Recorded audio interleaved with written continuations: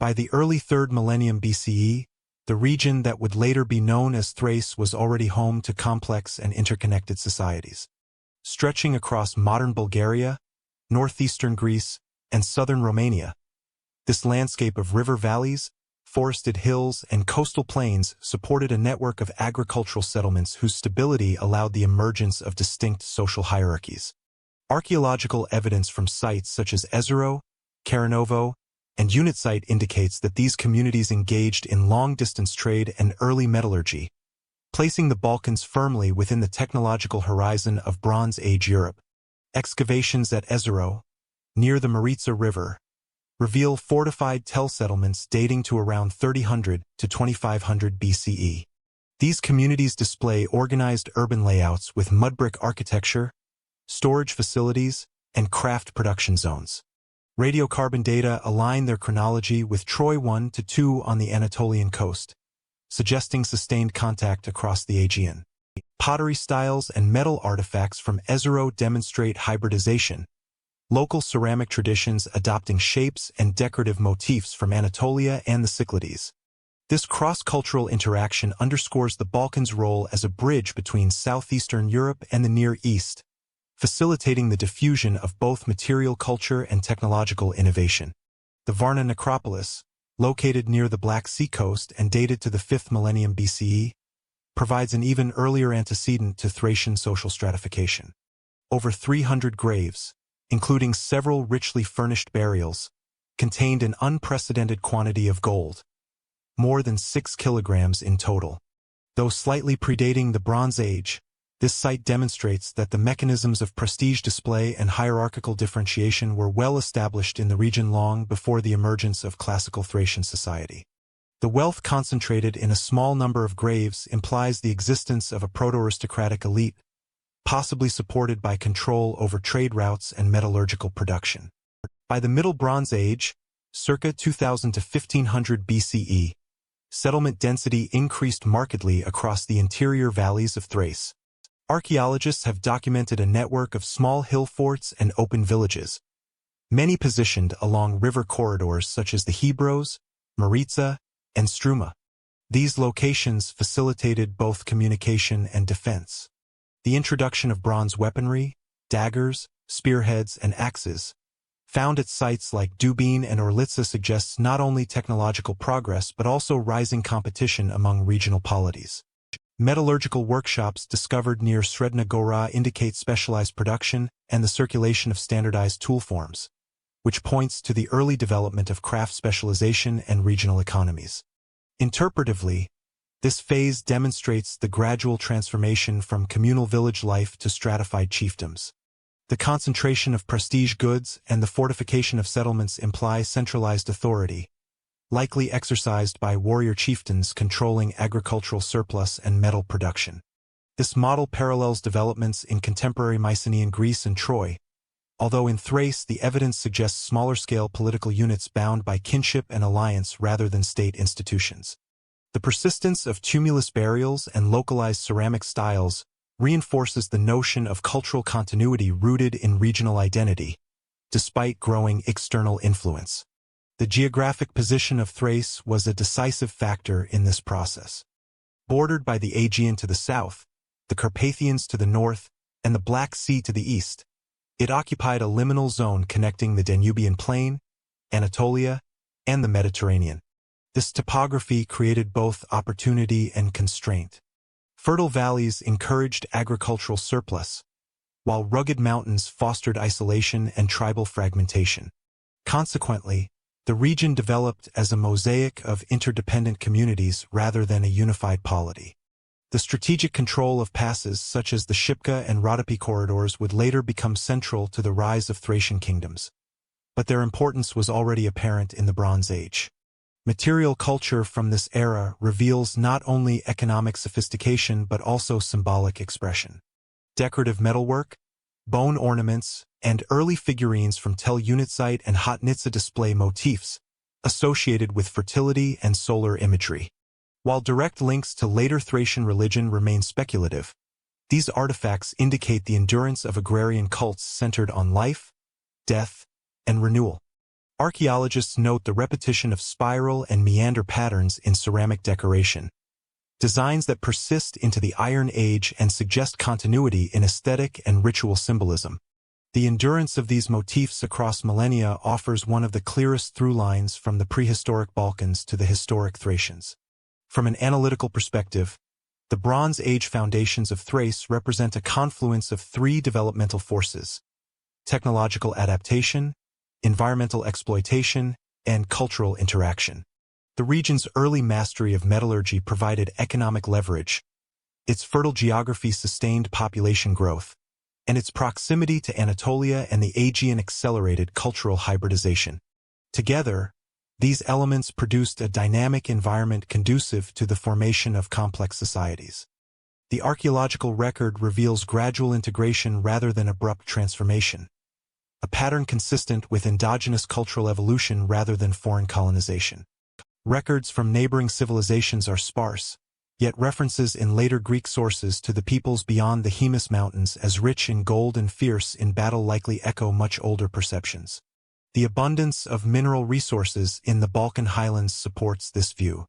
By the Late Bronze Age, circa 1500 to 1200 BCE, the circulation of Thracian gold and copper artifacts extended into the Aegean trade sphere, evidenced by finds of Thracian-type axes in Mycenaean contexts and vice versa.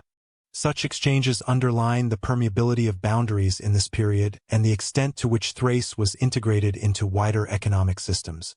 The eventual disruptions at the end of the Bronze Age, part of the broader systemic collapse across the eastern Mediterranean, also affected the Balkans. Evidence of site abandonment and decreased material wealth after 1200 BCE suggests demographic shifts and regional instability. However, unlike the palace economies of Greece or Anatolia, Thracian communities were not heavily centralized, allowing many to endure through this transition. This resilience would shape the cultural continuity that defined the early Iron Age and the emergence of distinct Thracian tribes in the following centuries. By approximately 1100 BCE, the structural patterns of settlement, metallurgy, and social hierarchy established during the Bronze Age had laid the groundwork for the civilization recognized in classical antiquity. The archaeological continuity from sites such as Ezero and Karanovo through to later Iron Age hill forts demonstrates that Thrace's cultural development was both indigenous and cumulative. The synthesis of local traditions with external influences from the Aegean and Anatolia produced a unique cultural matrix, neither wholly Balkan nor Mediterranean, but a distinct amalgam from which the Thracian identity would emerge. By the end of the second millennium BCE, these early societies had formed the cultural and technological base upon which later Thracian polities would rise. Their command of metallurgy, trade, and fortified settlement planning foreshadowed the political organization of the Odrysian kings. As the Late Bronze Age gave way to the Iron Age, the foundations of Thrace were firmly set, a land defined by its geography, enriched by its resources, and poised for the next stage of development. By the dawn of the first millennium BCE, the peoples north of the Aegean had become known to outsiders, the Thraces of ancient lore. Between the Late Bronze and early Iron Ages, roughly between 1500 and 900 BCE, the lands of the Central and Eastern Balkans underwent a gradual but decisive transformation. The collapse of the great palace economies in the Aegean and Anatolia disrupted long-standing trade networks, but in the interior, the societies that had matured during the Bronze Age persisted. Archaeological continuity across the sites of Ezero, Sveshtori, and Karanovo suggests that many communities maintained occupation through this transitional period, adapting rather than vanishing. The settlement patterns, material culture, and funerary customs of this era form the clearest archaeological bridge between the prehistoric cultures of the Balkans and the historically attested Thracian peoples. One of the most significant developments of this period was the proliferation of fortified hilltop settlements. Excavations at sites such as Asarkale, Kopervlin, and Dragoinovo reveal enclosed strongholds constructed with stone and timber, typically occupying strategic heights that commanded valleys or trade corridors. These hill forts suggest increasing social segmentation and the rise of localized authority. Defensive architecture of this scale indicates both intergroup conflict and control over surrounding agricultural zones. Archaeologists interpret these centers as the nuclei of early tribal territories, precursors to the complex chiefdoms and kingdoms that would later characterize Thracian political life. Burial customs of the Late Bronze and Early Iron Ages offer further evidence of emerging cultural distinctiveness. The practice of interring the dead beneath large earthen mounds, tumuli, becomes widespread across the Thracian plain and adjacent highlands during this time. Grave goods commonly include bronze weapons, ornaments, and imported ceramics. At the site of Dubin, richly furnished female burials containing gold jewelry and amber beads from the Baltic highlight the integration of Thrace into extensive exchange networks.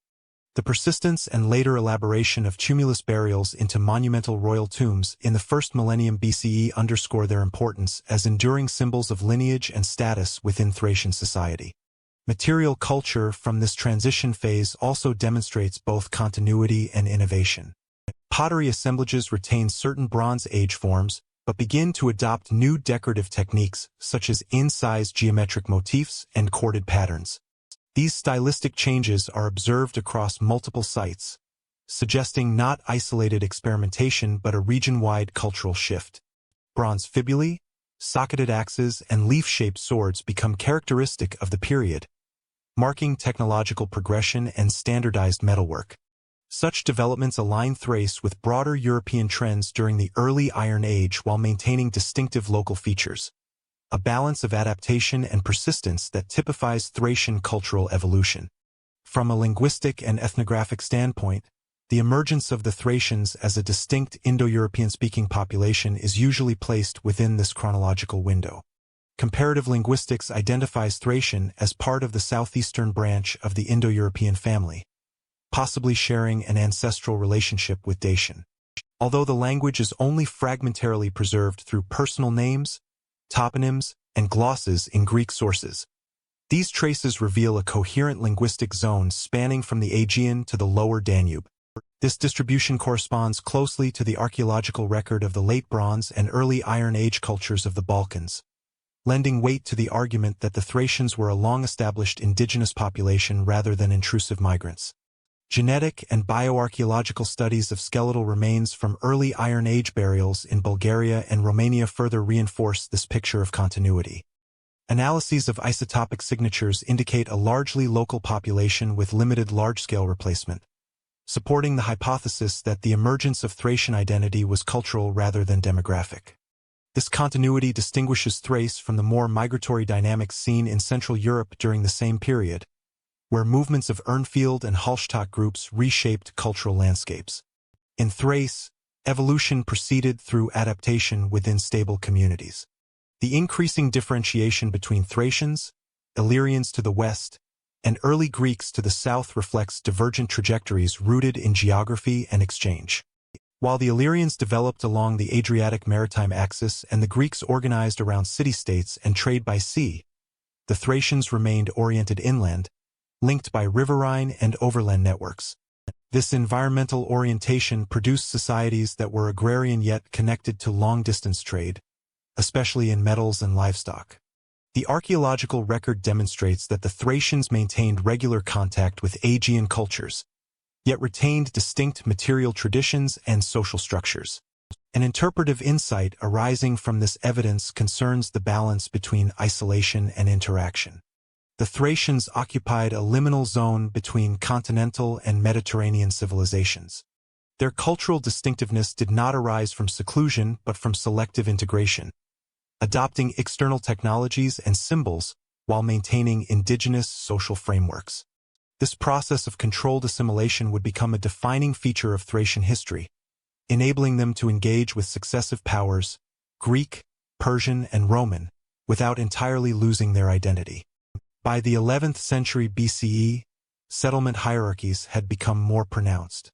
Central sites such as Tattle and Perperican display indications of ritual architecture, including megalithic sanctuaries carved into bedrock. These cultic complexes suggest a developing religious system, possibly involving solar worship and ancestor veneration.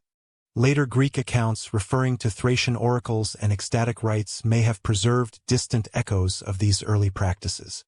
The archaeological persistence of such sanctuaries into the classical period further illustrates the depth of cultural continuity from the early Iron Age onward.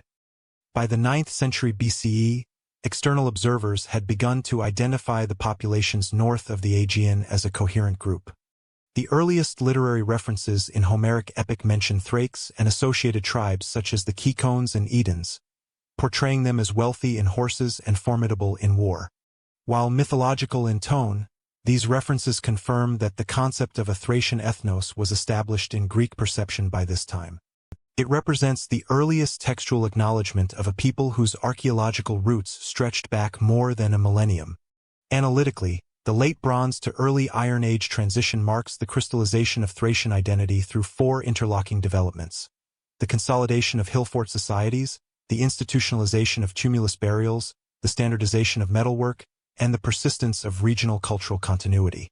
Together, these elements distinguish Thrace as a coherent cultural zone, distinct from its neighbors yet interconnected through trade and ritual exchange. The evidence portrays a society neither primitive nor isolated but part of the wider Eurasian transformation that accompanied the dawn of the Iron Age. By the end of the first millennium BCE's opening centuries, the Thracians stood as a clearly identifiable people, diverse in tribal composition but united by shared material culture, linguistic affinity, and geographic cohesion. Their identity, forged through centuries of continuity and adaptation, formed the basis for the complex political and cultural developments that would follow. With identity came organization, a patchwork of tribes soon to interact with the growing Greek world. Mountains divided them, rivers sustained them, and geography defined their destiny. To understand the history of the Thracians, one must first understand the land that shaped them. Thrace was not a single, compact territory, but a vast and varied region extending from the northern shores of the Aegean to the lower reaches of the Danube, and from the Black Sea in the east to the valleys of the Morava and Vardar in the west. Within this broad expanse, roughly corresponding to modern Bulgaria, northeastern Greece, and European Turkey, lay an intricate mosaic of mountains, plains, and river systems that determined how its inhabitants lived, fought, and identified themselves. At the heart of Thrace rose the Rhodope Mountains, a rugged spine of forested ridges running west to east. These mountains served both as a natural fortress and a cultural core. Within their secluded valleys, tribal sanctuaries and hilltop fortresses flourished. Archaeological evidence from sites such as Perperikon, Tattle, and Balintash reveals ritual complexes carved into bedrock, places where early Thracians may have worshipped celestial deities or ancestral spirits. The Rhodope highlands also provided essential resources: timber, metal ores, and safe refuge during times of invasion. Yet, while they sustained life, they also divided it, isolating communities from one another and reinforcing the tribal fragmentation that defined early Thracian society. North of these mountains stretched the Thracian plain, watered by the Maritsa River, ancient Hebros, and its tributaries. This fertile basin formed the agricultural heartland of Thrace. Here, in the valleys between the Sredna Gora and the Balkan Mountains, settled the tribes that would later form the core of the Odrysian kingdom, the most powerful political entity in Thracian history. The plains offered arable soil for grain cultivation and space for large-scale settlement, but they also served as a corridor, a route linking inland Thrace to the Aegean ports and, through them, to the wider Mediterranean world. The Maritsa was not merely a river. It was a cultural artery, binding the mountainous interior to coastal trade and facilitating the first stirrings of state formation. To the north, beyond the Balkan Range, flowed the great Danube River, the natural boundary between Thrace and the lands of the Dacians and Scythians. Along its southern banks lived the Geti, one of the most intriguing Thracian tribes, often described by Greek writers as both philosophers and warriors. Strabo and Herodotus remarked upon their belief in immortality and their veneration of the mystic Zalmoxis, traditions that would echo in later religious movements across the Balkans. The Geti controlled key crossing points of the lower Danube and maintained extensive contact with the peoples of the steppe. Their strategic location made them intermediaries between Central Europe and the Black Sea, a position that brought both prosperity and conflict. Westward, beyond the upper Struma and Morava valleys, lay the lands of the Triballi, a powerful and often independent-minded Thracian tribe occupying the frontier between Thrace and Illyria. Their territory, roughly corresponding to modern Serbia, formed a rugged upland zone of forests and rivers, well-suited to pastoralism and fortified settlements. Classical sources depict the Tribali as fierce and warlike, frequently clashing with neighboring Macedonians. Their hilltop fortifications and resistance to external domination exemplify the decentralized, defensive character of Thracian tribal organization. Deep within the Rhodope interior, among its remote ridges, lived the Bessi, a tribe whose name would become synonymous with the Thracian priesthood. They are described in ancient texts as guardians of oracles and custodians of mountain sanctuaries, perhaps at Perpericon or other highland shrines. Strabo calls them a warlike and brigand people. Yet their association with religious centers suggests a more complex social role, one linking spiritual authority with territorial control. Their mountainous isolation preserved traditional customs long after other tribes had come under Hellenic or Roman influence. Taken together, these groups, Odrysians, Geti, Bessi, and Tribali, alongside dozens of smaller tribes, formed what Greek and Roman observers collectively called the Thracians. Yet, in reality, Thrace was not a single nation but a constellation of microsocieties, each adapted to its own terrain. The geography that blessed them with natural wealth also hindered political unity. The same mountains that provided defense also created barriers of communication. The same rivers that connected communities also marked territorial boundaries. The topography of Thrace thus explains much of its historical trajectory. The mountainous south and west fostered autonomy and isolation, while the river plains of the Maritsa and Danube encouraged trade, agriculture, and, eventually, centralized rule. The Thracians' reputation as hill fort builders, evidenced by hundreds of fortified acropolis scattered across Bulgaria and northern Greece, reflects the necessity of defense in a fragmented landscape. Each tribal territory functioned as a semi-independent polity, often centered on a fortified hill that served both as refuge and symbol of authority. These strongholds, surrounded by tumulus cemeteries and agricultural villages, reveal a pattern of settlement optimized for both security and control over local resources.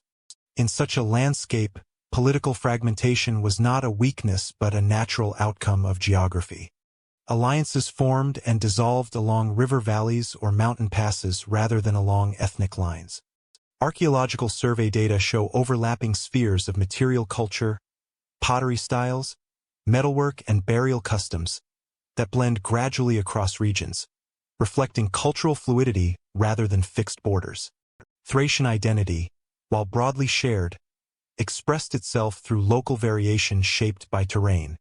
This mosaic would persist into the classical period, when Greek and Persian powers encountered Thrace as a region of tribes rather than a unified kingdom. Still, geography did not entirely prevent consolidation. The strategic corridors of the Maritsa and Tunza valleys eventually enabled the rise of the Odrysian dynasty in the 5th century BCE, the first successful attempt to unite the Thracian tribes under a centralized monarchy. The Odrysians drew upon the resources of the Thracian plain, the manpower of the mountains, and the wealth of trade with the Aegean. In many ways, their kingdom represented a geographical synthesis, the natural culmination of patterns set in motion centuries earlier by the interplay of mountain and river. The physical environment also shaped Thracian character as perceived by outsiders. To the Greeks, Thrace was a land of wild mountains, dense forests, and untamed warriors, a place where nature and myth intertwined. Yet, beneath this stereotype lay a reality of strategic adaptation. The Thracians had learned to live with their geography, turning its divisions into defenses and its isolation into cultural resilience. Their social and political organization mirrored the terrain itself, rugged, diverse, and enduring. Thus, when we speak of Thrace, we speak not of a single country, but of a landscape that molded a people. The Rhodope ridges, the Hebros plain, the Danubian frontier, each contributed a layer to the Thracian world, defining the possibilities and limits of their civilization. Geography did not merely frame their history, it was their history. This fractured landscape would give rise to powerful leaders seeking unification and attract the eyes of empires. When Greek sailors crossed the Aegean, they found a land of gold, timber, and fierce warriors. By the 8th century BCE, the northern Aegean was no longer a distant horizon for the Greeks of Euboea, Chios, and Ionia. Expanding population, limited arable land, and the growing demand for metals and grain pushed seafaring communities northward.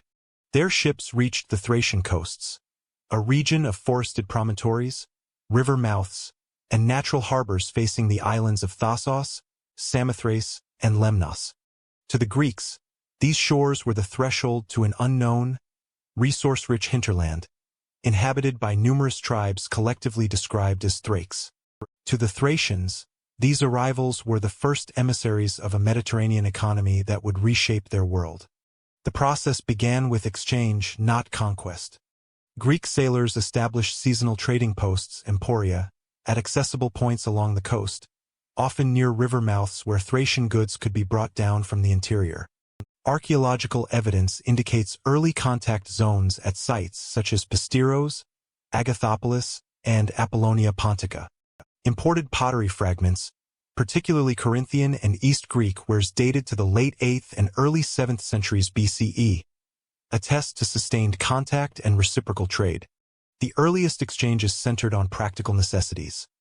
The Greeks sought grain, timber, and precious metals, while the Thracians acquired ceramics, wine, olive oil, and luxury goods unavailable in the interior. The Thracian coastline offered natural advantages for colonization. Its long rivers, the Nestos, Hebros, and Struma, connected the coast to the fertile plains and mining districts inland. Timber from the Rhodope and Stranza mountains supplied shipbuilding materials, while the gold deposits of Mount Pangaean attracted particular attention. Herodotus later remarked that the Pangaean mines produced both gold and silver, and that local tribes such as the Odomentai and Satrae controlled their exploitation. Greek merchants, through exchange or tribute, gained indirect access to these resources, transforming the northern Aegean into a critical link in the early Mediterranean metals trade. By the early 7th century BCE, these temporary trading settlements evolved into permanent colonies. Abdera, founded by settlers from Clazomenae and later re-established by refugees from Teos in 544 BCE, became one of the major Greek cities of Thrace. Situated near the mouth of the Nestos River, it served as a hub for exporting grain and timber from the Thracian interior to the Aegean world. Similarly, Mesembria, modern Nesibar, and Apollonia Pontica, modern Sozopol, developed along the Black Sea coast, providing maritime access to the vast agricultural plains of southeastern Thrace. Excavations at these sites have revealed imported Attic pottery, terracotta figurines, and inscriptions confirming active participation in the wider Greek trade network. These colonies were not isolated enclaves. They depended on negotiation with local tribes for survival. In most cases, relations were symbiotic. Thracian chiefs allowed Greek traders to establish fortified settlements and ports in exchange for goods, prestige, and access to Mediterranean luxuries. The exchange of fine ceramics and metalwork from Greece for raw materials and slaves from Thrace fostered mutual economic dependence. Athenian records of the 5th century BCE later confirmed that the region was a vital source of grain and building timber for Greek city-states, while Herodotus notes that Thracian slaves were highly valued for their endurance and skill in warfare. The cultural interactions between Greeks and Thracians extended beyond commerce. Archaeological strata at Abdera and Thasos show evidence of hybrid material culture, Thracian pottery styles alongside Greek amphory, local handmade wares appearing within colonial strata, and mixed burial customs reflecting intermarriage or acculturation. The diffusion of Greek artistic motifs, meander patterns, painted craters, and jewelry forms into Thracian elite tombs of the 6th century BCE indicates a selective adoption of Hellenic prestige goods as symbols of status. Conversely, the Greeks adopted Thracian elements as well, particularly in weaponry and ornamentation. The Thracian rhomphaea and distinctive pattern textiles found their way into Greek art and myth, illustrating a complex two-way exchange. From an economic standpoint, Thrace offered resources critical to Greek maritime expansion. Timber from Thracian forests supplied trireme construction for Athenian fleets. The grain trade, facilitated through ports like Abdera and Byzantium, fed growing populations in the Aegean and Ionian cities. The Black Sea's Pontic circuit of trade, connecting Thrace with the Scythian steppe and Anatolia, made these northern colonies vital nodes in the Greek commercial sphere. Archaeological surveys reveal amphor stamps and coin hoards demonstrating the circulation of Greek goods deep into the Thracian hinterland, particularly along the Hebros and Tunza river valleys. Interpretively, the colonization of Thrace illustrates the interdependence of geography and economy. The region's riverine corridors and mountain resources drew Greek attention, but the success of settlement depended on Thracian cooperation. Unlike the more confrontational colonization of Sicily or Asia Minor, Greek penetration into Thrace was gradual, negotiated, and adaptive. Each colony reflected a local compromise, a balance between Hellenic urban models and indigenous political structures. A second insight concerns the emergence of elite mediation within Thracian society. As trade intensified, certain tribal leaders controlled access to Greek goods and coastal routes, enhancing their authority within the fragmented tribal landscape. This dynamic, visible archaeologically through concentrations of imported luxury artifacts in elite Thracian tombs, foreshadowed the rise of proto-royal lineages such as that of the Odrysians in the following century. Contact with the Greeks thus accelerated social stratification, creating intermediaries who bridged the cultural and economic gap between inland tribes and coastal colonists. Thirdly, these early interactions reveal the gradual integration of Thrace into the Mediterranean system. By 600 BCE, Thrace was no longer an isolated periphery but part of a connected maritime economy stretching from the Aegean to the Pontic steppe. Greek writers began to describe Thracians not merely as northern barbarians but as participants in trade networks, mercenaries, and occasionally allies. The perception of Thrace shifted, from a mythic wilderness to a strategic region whose resources could sustain Greek prosperity and imperial ambitions. Archaeological evidence supports this integration. At Apollonia Pontica, excavations uncovered large quantities of amphorae from Chios, Lesbos, and Thasos, indicating intense commercial exchange.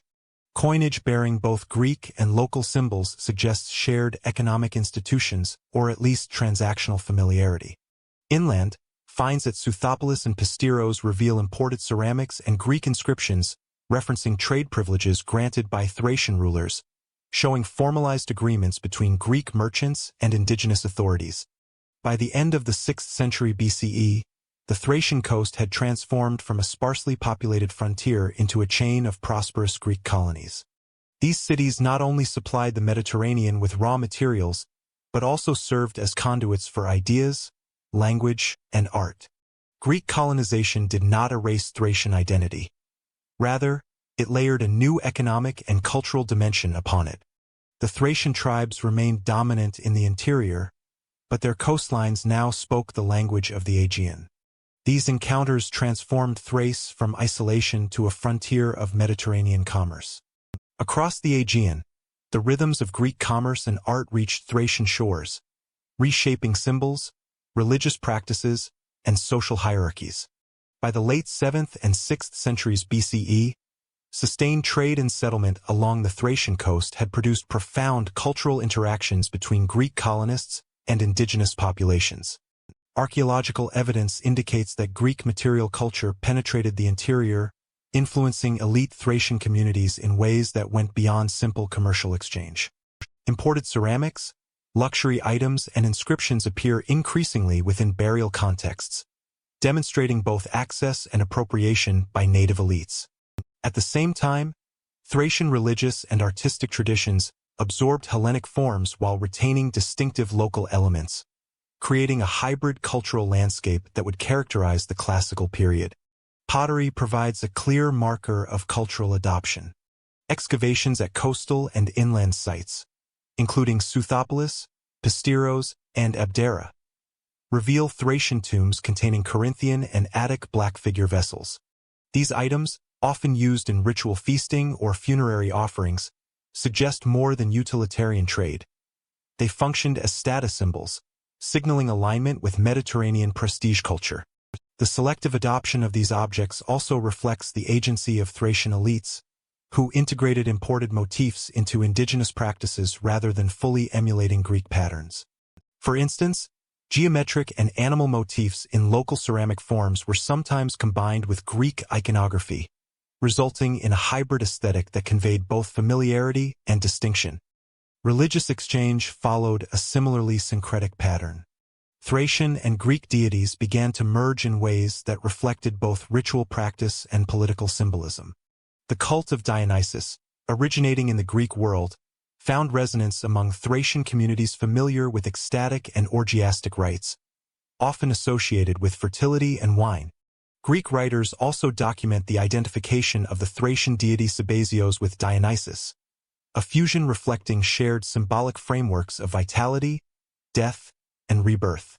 Archaeological evidence, such as inscribed altars and votive reliefs from Perperikon and the Svestri region, demonstrates ritual continuity alongside adaptation, confirming that Hellenization was neither uniform nor imposed, but negotiated within local belief systems.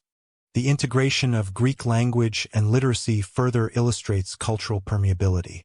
Bilingual inscriptions appear on gravestones, dedications, and stone markers in Thracian settlements by the 5th century BCE. For example, inscriptions from Apollonia Pontica and Mesembria record Thracian names rendered in Greek script, sometimes accompanied by Greek epithets. This adoption of the Greek written language provided a tool for social advancement, facilitating participation in trade, diplomacy, and ritual exchange. The elite Thracians, while maintaining traditional authority structures, leveraged literacy and Hellenic conventions to reinforce their status both locally and in relation to Mediterranean powers. Material displays of wealth also signal this process of elite emulation. Gold and silver ornaments found in Thracian tumuli frequently show Greek artistic motifs, palmettes, meanders, and rosettes, integrated into indigenous forms such as fibulae or ceremonial weapons. Coinage from coastal and inland mints reflects a similar synthesis, featuring Thracian symbols alongside Hellenic iconography, suggesting a deliberate strategy to signal cultural affiliation while asserting local identity. Such artifacts indicate that Hellenization was as much a matter of social negotiation as of aesthetic influence, reinforcing the authority of chieftains and proto-kings who mediated contact with Greek cities. Interpretively, this period demonstrates the selective and pragmatic nature of cultural exchange. Thracian elites did not wholesale adopt Greek institutions or norms. They appropriated elements that enhanced their own prestige and consolidated power. Religious syncretism, artistic hybridization, and linguistic adaptation were tools of social mobility, producing a layered cultural identity that could simultaneously engage with the Mediterranean world and maintain indigenous cohesion. This selective Hellenization exemplifies how peripheral societies could absorb foreign influences without losing structural autonomy. The process was not limited to elites, but extended to the broader coastal populations. Everyday objects, cooking vessels, imported beads, bronze tools, circulated in Thracian settlements, embedding Greek forms into local domestic and ritual contexts. Archaeological stratigraphy shows that by the mid-6th century BCE, the Thracian coast had integrated Greek architectural elements, including peristyle structures, defensive masonry, and standardized street layouts. These adaptations illustrate a practical incorporation of Hellenic techniques, suggesting that contact affected both symbolic culture and tangible community organization. Nonetheless, the interior of Thrace remained resistant to full Hellenization. Hill forts in the Rhodope Mountains and upland regions show continuity in local ceramic styles, burial customs, and defensive architecture. While the coast participated in Mediterranean commerce and culture, inland tribes such as the Bessi and the Odrysians highland subjects retained political autonomy and indigenous ritual practices. This contrast underscores the uneven character of Hellenization, a coastal-mediated process limited by geography, local power structures, and the adaptive strategies of Thracian elites. By the end of the 6th century BCE, a complex cultural landscape had emerged.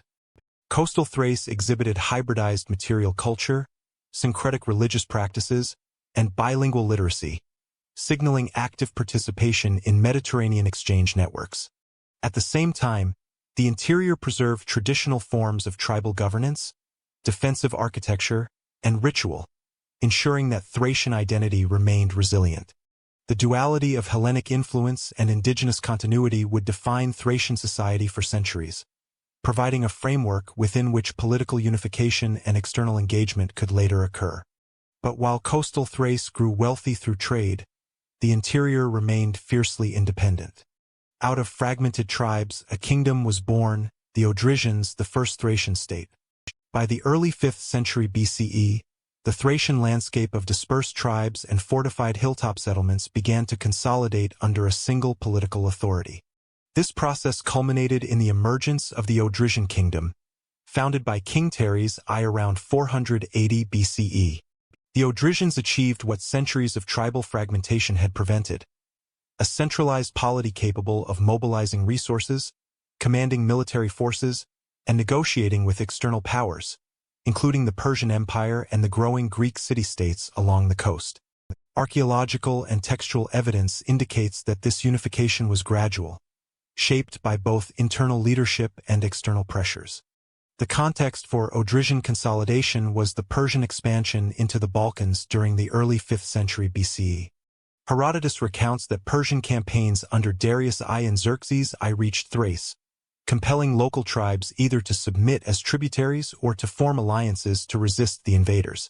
Thrace I appears to have skillfully leveraged this geopolitical disruption. By uniting supportive tribes under his leadership, he created a confederation capable of both resisting foreign domination and coordinating internal administration. Archaeological surveys suggest that hill forts and fortified settlements across the Thracian plain were integrated into a network of control, indicating that military and political centralization went hand in hand. The structure of Odrysian governance reflected a hybrid model adapted to Thracian social realities. Thrace and his successors maintained authority over a core territory, the Maritsa River Valley and surrounding plains, while exercising suzerainty over semi-independent tribes in more peripheral regions. Greek sources, particularly Thucydides, describe the Odrysian kings as rulers who could levy troops and tribute from subject tribes, while permitting local chieftains to retain internal autonomy. Archaeological evidence at Southopolis, the Odrysian capital, supports this interpretation. The city featured both monumental architecture, including palace complexes and administrative buildings, and localized settlements in the surrounding region, indicating centralized oversight coexisting with tribal autonomy. Southopolis, constructed during the reign of Southeastern III in the late 4th century BCE, likely reflects earlier Odrysian political models established by Thrace I. Although slightly later in date, its urban planning, with fortified walls, administrative quarters, and ritual spaces, provides insight into the organizational capacity of the Odrysian state. Terracotta figurines, imported Greek pottery, and locally minted coinage suggest a sophisticated economy capable of integrating internal production with external trade. The capital served not only as a political and military center but also as a symbol of dynastic legitimacy, reinforcing the king's authority over a diverse population of Thracian tribes. The Odrysians' rise demonstrates the strategic use of geography in state formation. The fertile plains of the Maritsa allowed for surplus agriculture, which supported standing armies and elite households.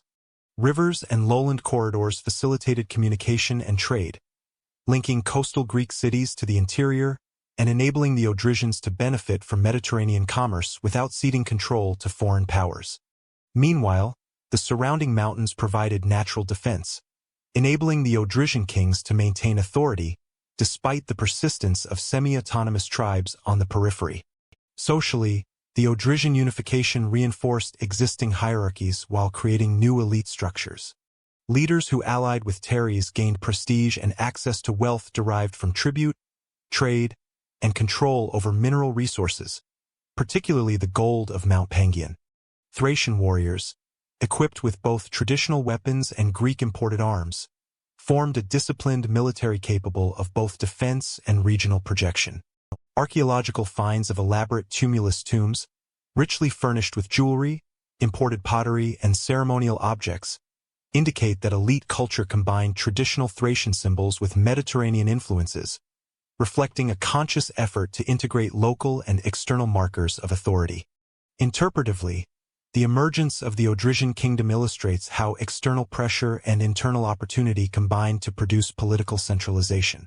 Persian incursions acted as a catalyst, compelling tribes to recognize a single leadership while providing the Odrysian kings with legitimacy as defenders of Thracian autonomy.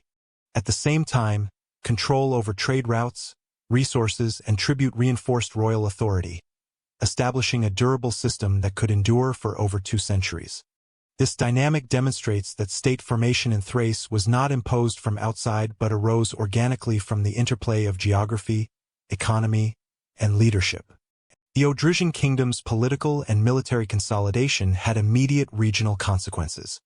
Greek cities along the coast recognized the Odrysian kings as interlocutors in trade and diplomacy, while rival Thracian tribes acknowledged their supremacy, at least nominally. The kingdom also became a participant in larger geopolitical conflicts, providing troops as mercenaries or allies in Greek intercity warfare, and negotiating with Persian authorities during successive campaigns. Odrysian integration into regional networks exemplifies how the kingdom transformed Thrace from a fragmented tribal landscape into a coordinated political entity capable of engaging with Mediterranean powers on its own terms. By the end of Thrace's I's reign and the consolidation phase of the early 5th century BCE, the foundations of Odrysian governance were firmly in place. A dynastic monarchy exercising control over a core territory, leveraging alliances with peripheral tribes, maintaining fortified centers, and integrating external trade into its economic and political strategies. The kingdom represented a durable synthesis of Thracian tribal traditions with emergent state structures, a model that allowed Thrace to become a recognized regional power. Under their kings, Thrace became a regional power and a prize in the wars of empires. When Darius crossed the Bosporus, Thrace felt the weight of an empire for the first time. In 513 BCE, the Persian king Darius I initiated a large-scale campaign into the Balkans, extending imperial control into Thrace as part of his effort to secure the northern frontiers of the Achaemenid Empire. Herodotus records that Darius' army crossed the Bosporus with the assistance of Greek allies from the Ionian coast, advancing northward along the Thracian plains and river valleys toward the Danube. The campaign represented the first significant encounter between Thracian societies and an expansive imperial administration, forcing local tribes to navigate new political realities, including tribute obligations, military alliances, and the presence of satrapal authority. The campaign's trajectory illustrates both Persian strategic planning and the adaptation of imperial structures to unfamiliar terrain. Archaeological surveys of the lower Maritsa and Hebros valleys indicate the presence of temporary Persian encampments, fortified river crossings, and supply depots along the route toward the Danube.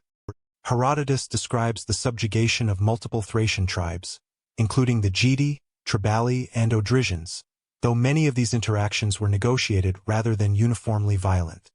In practice, Darius' expedition combined military intimidation with formalized alliances, allowing the Persians to integrate diverse tribal groups without fully displacing their leaders. These arrangements reflect the Achaemenid policy of indirect rule, whereby local authorities maintained internal autonomy while acknowledging Persian suzerainty. Evidence of Persian administration in Thrace, though limited, is observable through material culture and coinage patterns. Satrapal oversight often involved the coordination of tribute collection, military provisioning, and diplomatic oversight.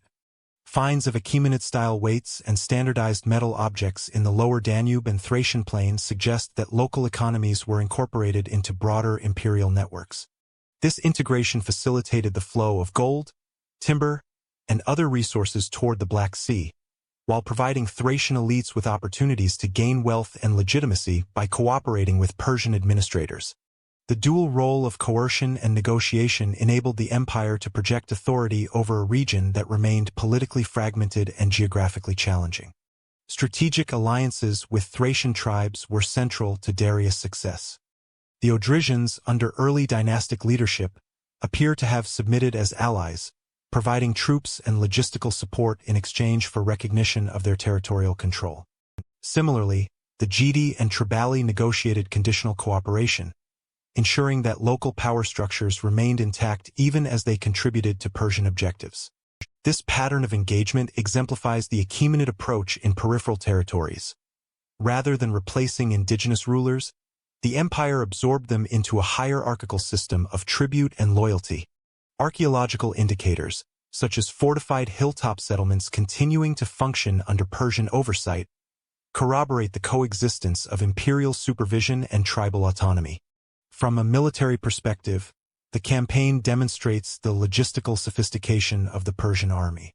The movement of tens of thousands of troops across rivers, plains, and mountainous terrain required coordination of supply chains, bridging operations, and river crossings. Herodotus notes that engineers constructed pontoons to facilitate the Danube crossing, while local Thracian guides provided knowledge of riverine and forested landscapes. The campaign's scale imposed both physical and administrative pressures on the region, reshaping settlement patterns temporarily, as some tribes evacuated vulnerable plains while others fortified hilltops against potential conflict. Interpretively, Darius' expedition illustrates the first systematic attempt to integrate Thrace into a superregional imperial system.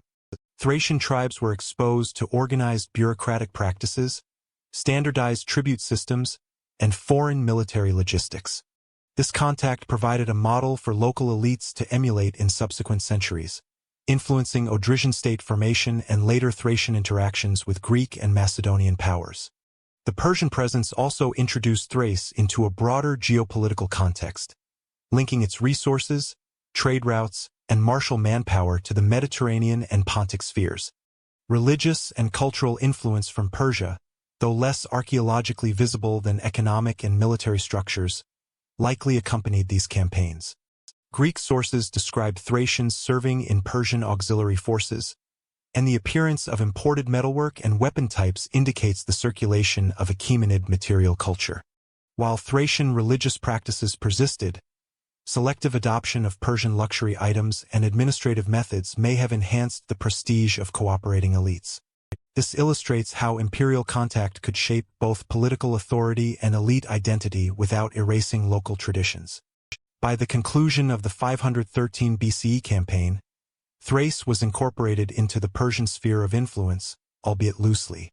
While direct control was limited to strategic river valleys and coastal corridors, the campaign established precedents for taxation, military obligation, and diplomatic engagement. Thracian tribes maintained considerable autonomy, but their political and economic networks now intersected with an empire extending from the Indus to the Aegean. This first encounter with Persian imperial power set the stage for Thrace's evolving role in regional politics and foreshadowed interactions with emerging Greek and Macedonian states. Persian influence reshaped regional power, but soon another rising force would challenge both. As Persian armies clashed with Greek city-states, Thracian tribes navigated a delicate balance, resisting, cooperating, and sometimes profiting from the conflict. During the first half of the 5th century BCE, the Greco-Persian Wars transformed the political landscape of the northern Aegean and Thrace. Thracian tribes found themselves at the intersection of imperial ambition and Mediterranean conflict. Greek accounts, primarily Herodotus and later Thucydides, describe the region as both a theater of Persian military operations and a source of manpower for opposing sides. Thracian leaders faced strategic choices: align with the Persian invaders to safeguard their autonomy, resist incursions to protect territory, or leverage the conflict to extract tribute and gain regional advantage. These decisions varied by tribe and locality, reflecting the persistence of decentralized political structures despite previous Odrysian consolidation. The Odrysian kingdom, recently unified under the early dynasty of Thrace I and his successors, played a pivotal role during these campaigns. Historical sources suggest that the Odrysians initially acknowledged Persian suzerainty, providing auxiliary troops and logistical support for the campaign toward the Danube. Such cooperation ensured continued autonomy over core territories, while positioning the Odrysian kings as indispensable intermediaries between imperial and local interests. Archaeological evidence, including fortified settlements and large-scale tumulus burials containing Greek and Achaemenid goods, supports the notion that Odrysian elites benefited materially and politically from this partial alliance. These interactions reinforced internal hierarchies, consolidating authority within the royal line. Other tribes, particularly in the interior and along more remote highlands, pursued resistance or neutrality. The Bessi, inhabiting the Rhodope Mountains, and the Triballi in the western uplands, avoided direct Persian control, maintaining defensive hill forts and mobilizing local militias. Excavations at sites such as Tattle and Balintash reveal reinforced walls and evidence of continued occupation during the early 5th century BCE, suggesting that these tribes preserved autonomy through geographic advantage. Resistance was selective and opportunistic rather than coordinated. The fragmentation of Thracian political structures prevented a unified front against imperial incursions. Simultaneously, Thracian warriors participated as mercenaries in Greek campaigns, particularly among Ionian and Athenian forces.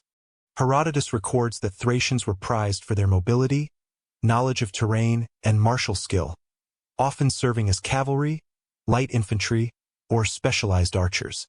Such service provided financial remuneration, exotic goods, and military experience, allowing Thracian elites to augment prestige and consolidate power within their communities. Material evidence, including Greek-style weaponry found in inland Thracian settlements, corroborates this participation, reflecting both the adoption of foreign military technologies and the integration of external networks into local society. The dual role of resistance and collaboration illustrates Thracian strategic flexibility. Tribes selectively engaged with both Persian and Greek powers, leveraging imperial attention to enhance local authority without surrendering internal autonomy. This pattern of interaction reflects broader Thracian political culture, decentralized, adaptive, and rooted in local control. Archaeological findings indicate that even tribes cooperating with external powers retained traditional settlement patterns, burial practices, and ritual sites, demonstrating the resilience of indigenous cultural systems amid foreign influence. Economic incentives were central to Thracian participation in the conflict. Coastal and inland tribes controlled access to riverine trade routes, timber, and mineral resources such as gold from Mount Pangaean. Persian campaigns and Greek mercenary contracts intensified demand for these commodities. Evidence from coin hoards, amphorae, and imported weaponry shows that Thracian elites capitalized on these opportunities, acquiring wealth and exotic goods that reinforced social hierarchies. Such accumulation of resources contributed to the rise of militarily capable and politically influential leaders, particularly within the Odrysian Confederation. Interpretively, Thracian engagement in the Greco-Persian Wars exemplifies peripheral agency in imperial conflicts. Far from being passive subjects or simple auxiliaries, Thracian tribes exercised strategic discretion, balancing cooperation and resistance to maximize autonomy and advantage. This agency underscores the adaptive capacity of decentralized polities in the face of expansive empires, demonstrating that survival and influence often depended on negotiation and selective alignment rather than total subordination. Religio-cultural factors also influenced Thracian strategy. The persistence of indigenous cults and ritual practices, particularly among highland tribes, reinforced cohesion and legitimacy at the local level. Simultaneously, interactions with Greeks introduced elements of Mediterranean religiosity, as seen in hybrid cults of Dionysus and Sabazios in coastal regions. These exchanges facilitated political alliances, particularly in areas where Hellenic cultural symbols served to mediate relations between Thracian leaders and Greek military powers. Material evidence of such syncretism appears in the form of bilingual inscriptions, votive offerings, and imported ceremonial objects. By the end of the Persian campaigns in the Balkans, Thrace had emerged as a dynamic and semi-autonomous region within a contested geopolitical space. Odrysian kings had strengthened internal authority, intermediate tribes had preserved autonomy, and both Persian and Greek interactions had introduced new economic and cultural networks. This period of selective engagement laid the foundation for subsequent Thracian expansion, the consolidation of elite power, and integration into Mediterranean diplomacy and warfare.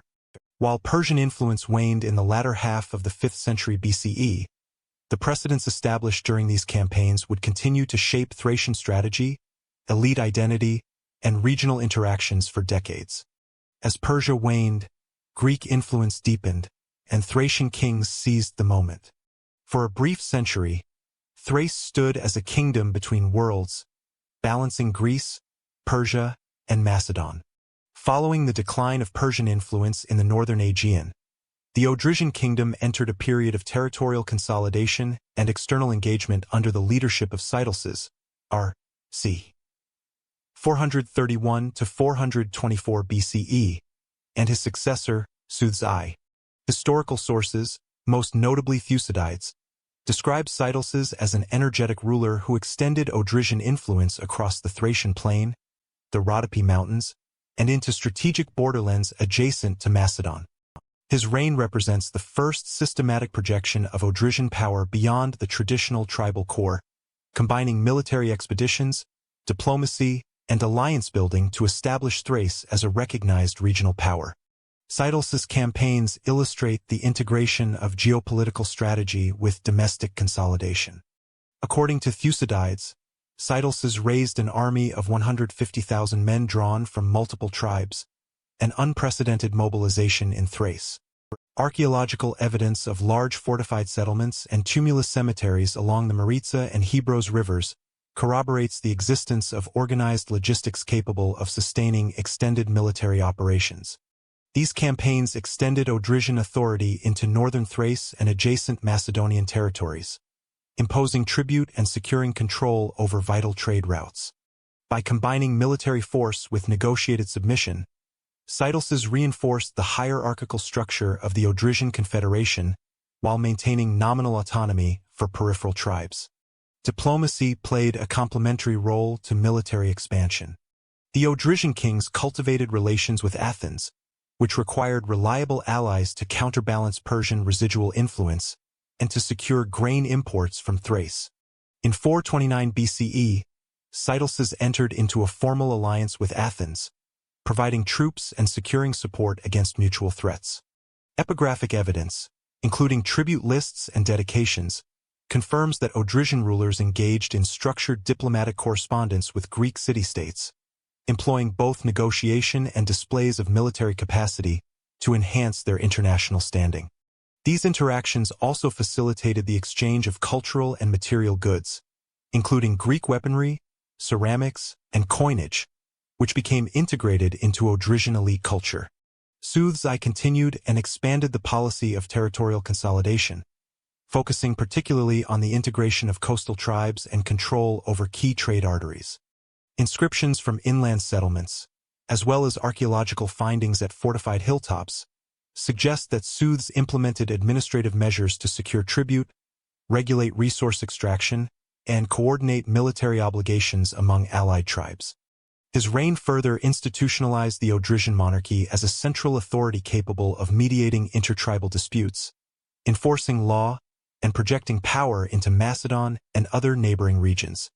These measures reflect a sophisticated understanding of both local dynamics and regional geopolitics, demonstrating that Odrysian expansion was not merely opportunistic but strategically managed. The military campaigns into Macedon highlight the Odrysians' regional ambitions and their capacity to influence neighboring polities. Cytalses' incursions into northern Macedonian territories were motivated by both security concerns and the pursuit of tribute and resources. Classical sources note temporary alliances with local tribes, indicating a pragmatic approach. Rather than outright annexation, the Odrysian kings sought hegemony through a combination of intimidation, diplomacy, and limited occupation. Archaeological survey of border regions reveals evidence of Odrysian weapon types, fortifications, and imported Greek goods, illustrating the kingdom's reach and the integration of local elites into Odrysian political networks. Interpretively, this period demonstrates the balance of coercion and negotiation in Odrysian statecraft. The kingdom relied on military force to project power, but diplomacy and alliance building ensured that peripheral tribes remained loyal and that Greek city-states recognized Odrysian authority. The dual strategy of engagement, with both Macedon and Athens, allowed Thrace to operate as an intermediary between major powers while maintaining internal cohesion. Archaeological and textual evidence suggests that this balance required careful management, with royal authority mediated by tribal structures and reinforced by shared economic and military interests. Culturally and economically, Odrysian expansion facilitated the integration of Thrace into Mediterranean networks. Greek mercantile goods, coinage, and luxury items became more prevalent in the interior, particularly among elite households, reflecting both tribute and the spoils of war. Hybrid material culture, including locally produced pottery with Greek stylistic motifs, underscores the selective adoption of foreign influence. These developments strengthen the monarchy's legitimacy, as wealth and prestige could be displayed publicly and used to reinforce alliances and hierarchical structures within the kingdom. By the end of this period, Thrace had achieved an unprecedented degree of centralization and regional influence. Under Cytulces and Suthai, the Odrysian kingdom functioned as a mediator between Greece, Persia, and Macedon, exercising military, diplomatic, and economic authority across a large portion of the Balkan hinterland. The kingdom structure, a central monarchy with tributary tribal allies, exemplifies how decentralized societies could organize for both internal cohesion and external engagement, creating a durable political system capable of responding to multiple external pressures. That balance would collapse under the rise of a single Macedonian power. The Macedonian phalanx advanced north, and Thrace was drawn into the orbit of empire. By the mid-4th century BCE, the Odrysian kingdom, which had maintained relative autonomy under Cytulces and Suthai, faced a new regional power, Philip II of Macedon. Ascending the Macedonian throne in 359 BCE, Philip undertook a series of campaigns designed to secure Macedon's borders, neutralize hostile neighbors, and project influence across the northern Aegean and the Thracian hinterland. Thrace, with its fragmented tribes and rich resources, became a primary target for strategic annexation, alliance building, and military coercion. Classical sources, particularly Diodorus Siculus and Demosthenes, indicate that Philip employed a combination of direct conquest, political marriage, and strategic garrisoning to establish Macedonian hegemony over key Thracian territories. Philip's campaigns leveraged both military innovation and diplomatic maneuvering. The Macedonian phalanx, with its long sarissas and disciplined formations, provided a decisive advantage against dispersed Thracian hill forts and tribal militias. Early incursions targeted the eastern and central plains, particularly the Odrysian heartlands along the Maritsa River. By combining infantry, cavalry, and siegecraft, Philip subdued several Odrysian subtribes while compelling others to submit as tributaries. Archaeological evidence, including destruction layers at fortified settlements and the appearance of Macedonian-style weaponry and armor in Thracian cemeteries, supports the historical record of military pressure accompanying political integration. Simultaneously, Philip employed strategic alliances to secure long-term control. Through marital diplomacy, he linked the Macedonian royal house with select Odrysian elites, creating political bonds that reinforced Macedonian authority while minimizing direct administration. In parallel, Philip established garrisons at key locations, including the founding of Philippopolis, modern Plovdiv, which functioned as both a military stronghold and an administrative center. Excavations at Philippopolis reveal fortified walls, barracks, and civic structures consistent with Macedonian urban planning, demonstrating the deliberate transplantation of imperial infrastructure into the Thracian landscape. Economic motives underpinned Macedonian expansion as well. Thrace's wealth in timber, gold, silver, and grain offered both strategic and fiscal incentives. Macedonian control over river valleys and trade routes facilitated the flow of these resources into Macedon, supporting Philip's army and the expansion of infrastructure. Coin hoards from this period reveal both Macedonian and hybrid local currency circulation, indicating a managed integration of Thracian economies into the Macedonian system. The consolidation of tribute and resource extraction allowed Philip to fund further campaigns in Greece and the wider Balkans. Thracian responses to Macedonian pressure were varied. Some tribes resisted, retreating to mountain strongholds or maintaining guerrilla-style operations, while others allied with Philip for protection or advantage over rival tribes.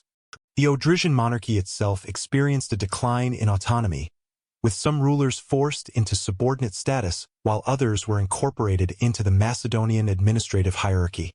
Evidence from burial practices suggests continuity of local elite traditions even under Macedonian dominance, indicating that while political control shifted, cultural identity remained resilient. Interpretively, Philip's campaigns illustrate the combination of military innovation, strategic diplomacy, and resource management in expanding imperial influence. Thrace, previously a buffer zone and a site of Odrysian consolidation, became a frontier of empire where Macedonian organization, elite negotiation, and infrastructure projection reshaped the political landscape. The foundation of Philippopolis exemplifies this transformation, functioning simultaneously as a military base, administrative hub, and symbol of Macedonian authority. The Macedonian advance also set precedents for Thracian participation in broader Mediterranean conflicts. By integrating local troops into his army, Philip incorporated Thracian warriors familiar with terrain and irregular tactics, deploying them in campaigns elsewhere in the Balkans and Greece. Archaeological evidence of Thracian arms, horse gear, and military equipment in Macedonian contexts suggests a deliberate strategy of co-option, where indigenous martial capacity was harnessed to reinforce imperial objectives. By the conclusion of Philip II's northern campaigns, Thrace was largely brought under Macedonian control. While some highland tribes remained semi-autonomous, the majority of the Odrysian heartlands and coastal territories were incorporated into a Macedonian system of governance, tribute, and military integration. This transformation effectively ended the era of Thracian regional independence that had prevailed since the Odrysian unification, positioning the region as a critical northern frontier for the emergent Macedonian Empire. Under Alexander, Thracians would march far beyond their homeland.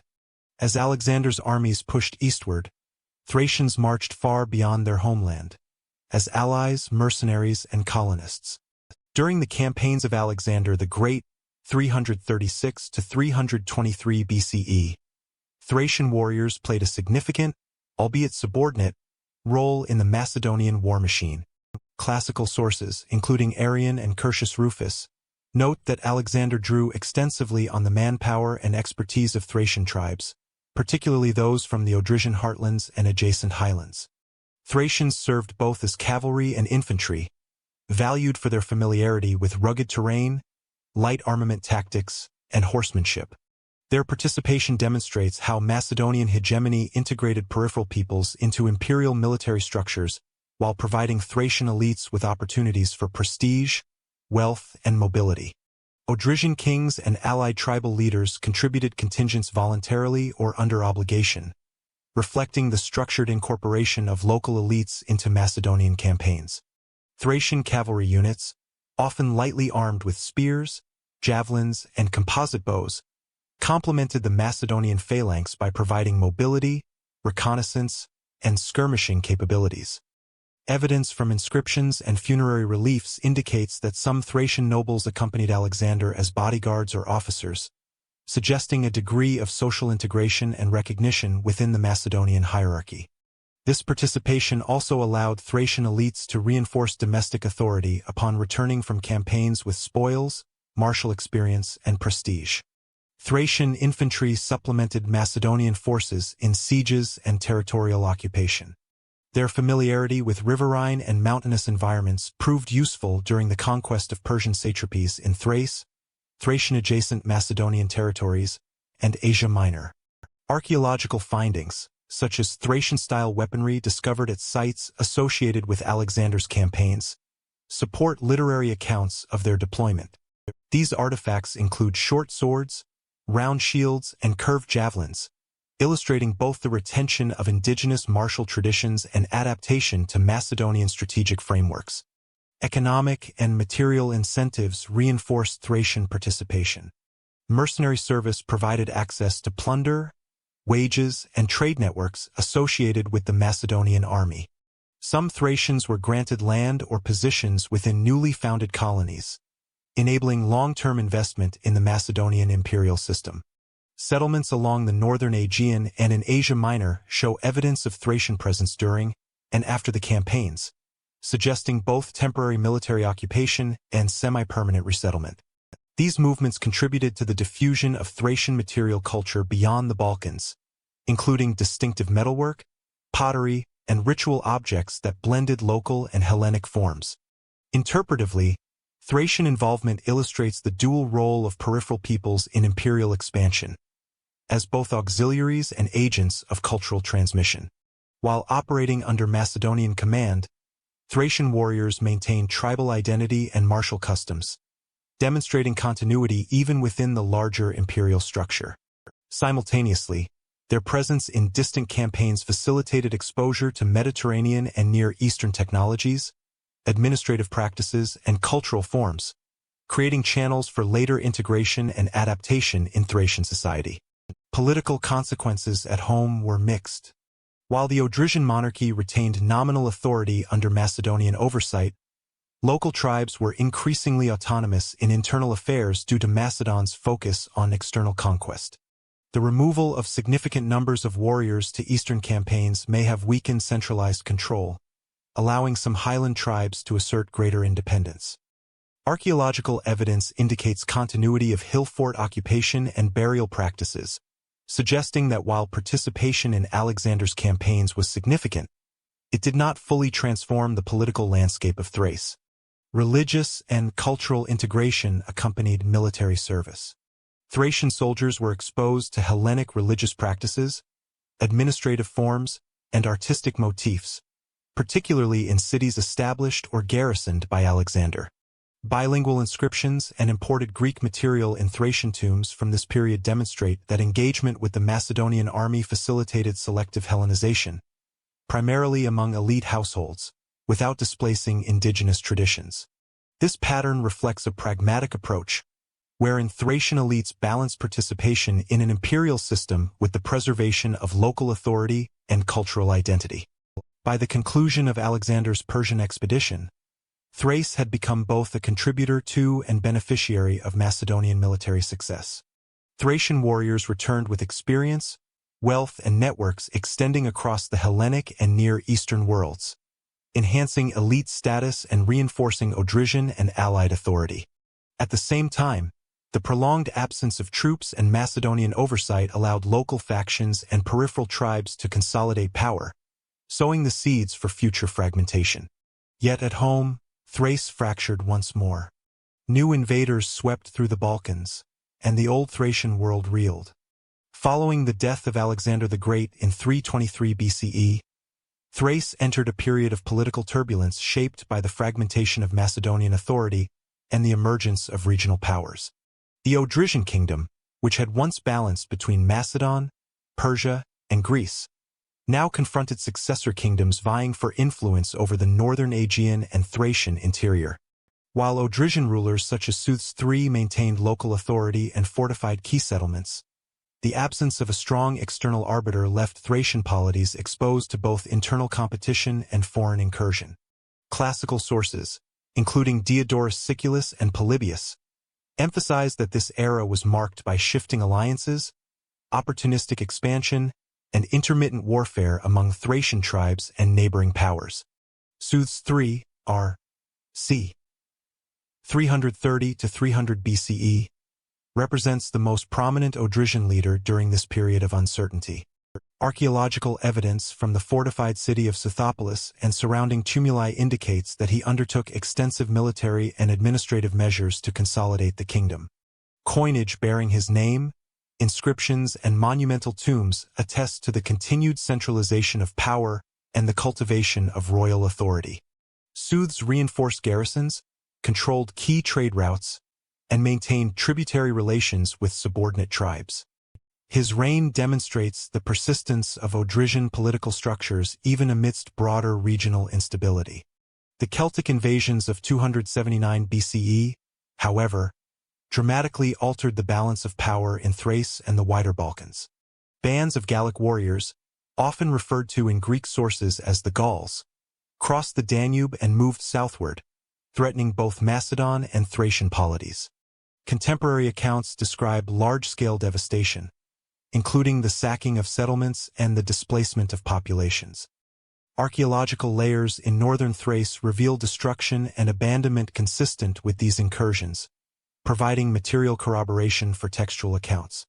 While Odrysian fortifications such as hilltop strongholds resisted total conquest, the raids weakened centralized authority, disrupted trade networks, and amplified internal competition among tribes.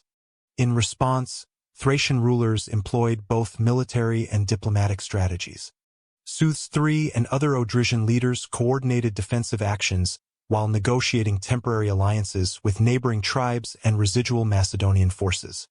This period also saw increased fortification of settlements, particularly along river valleys and strategic passes, reflecting an adaptive approach to a volatile security environment. Archaeological evidence, including reinforced walls, watchtowers, and weapon caches, demonstrates that Thracian polities sought to mitigate the impact of transient external threats while preserving territorial control. Interpretively, the Celtic incursions illustrate the fragility of peripheral kingdoms in the face of migratory and raiding populations. Thracian resilience relied on both geography and social cohesion. Mountainous terrain, fortified hilltops, and tribal networks enabled selective resistance, while the Odrysian monarchy provided coordination where possible. However, the invasions also accelerated decentralization, highlighting the limits of Odrysian authority and foreshadowing the region's susceptibility to emerging powers, particularly Rome. Economically, the invasions disrupted trade and resource extraction, particularly along the Maritsa and Hebros River corridors.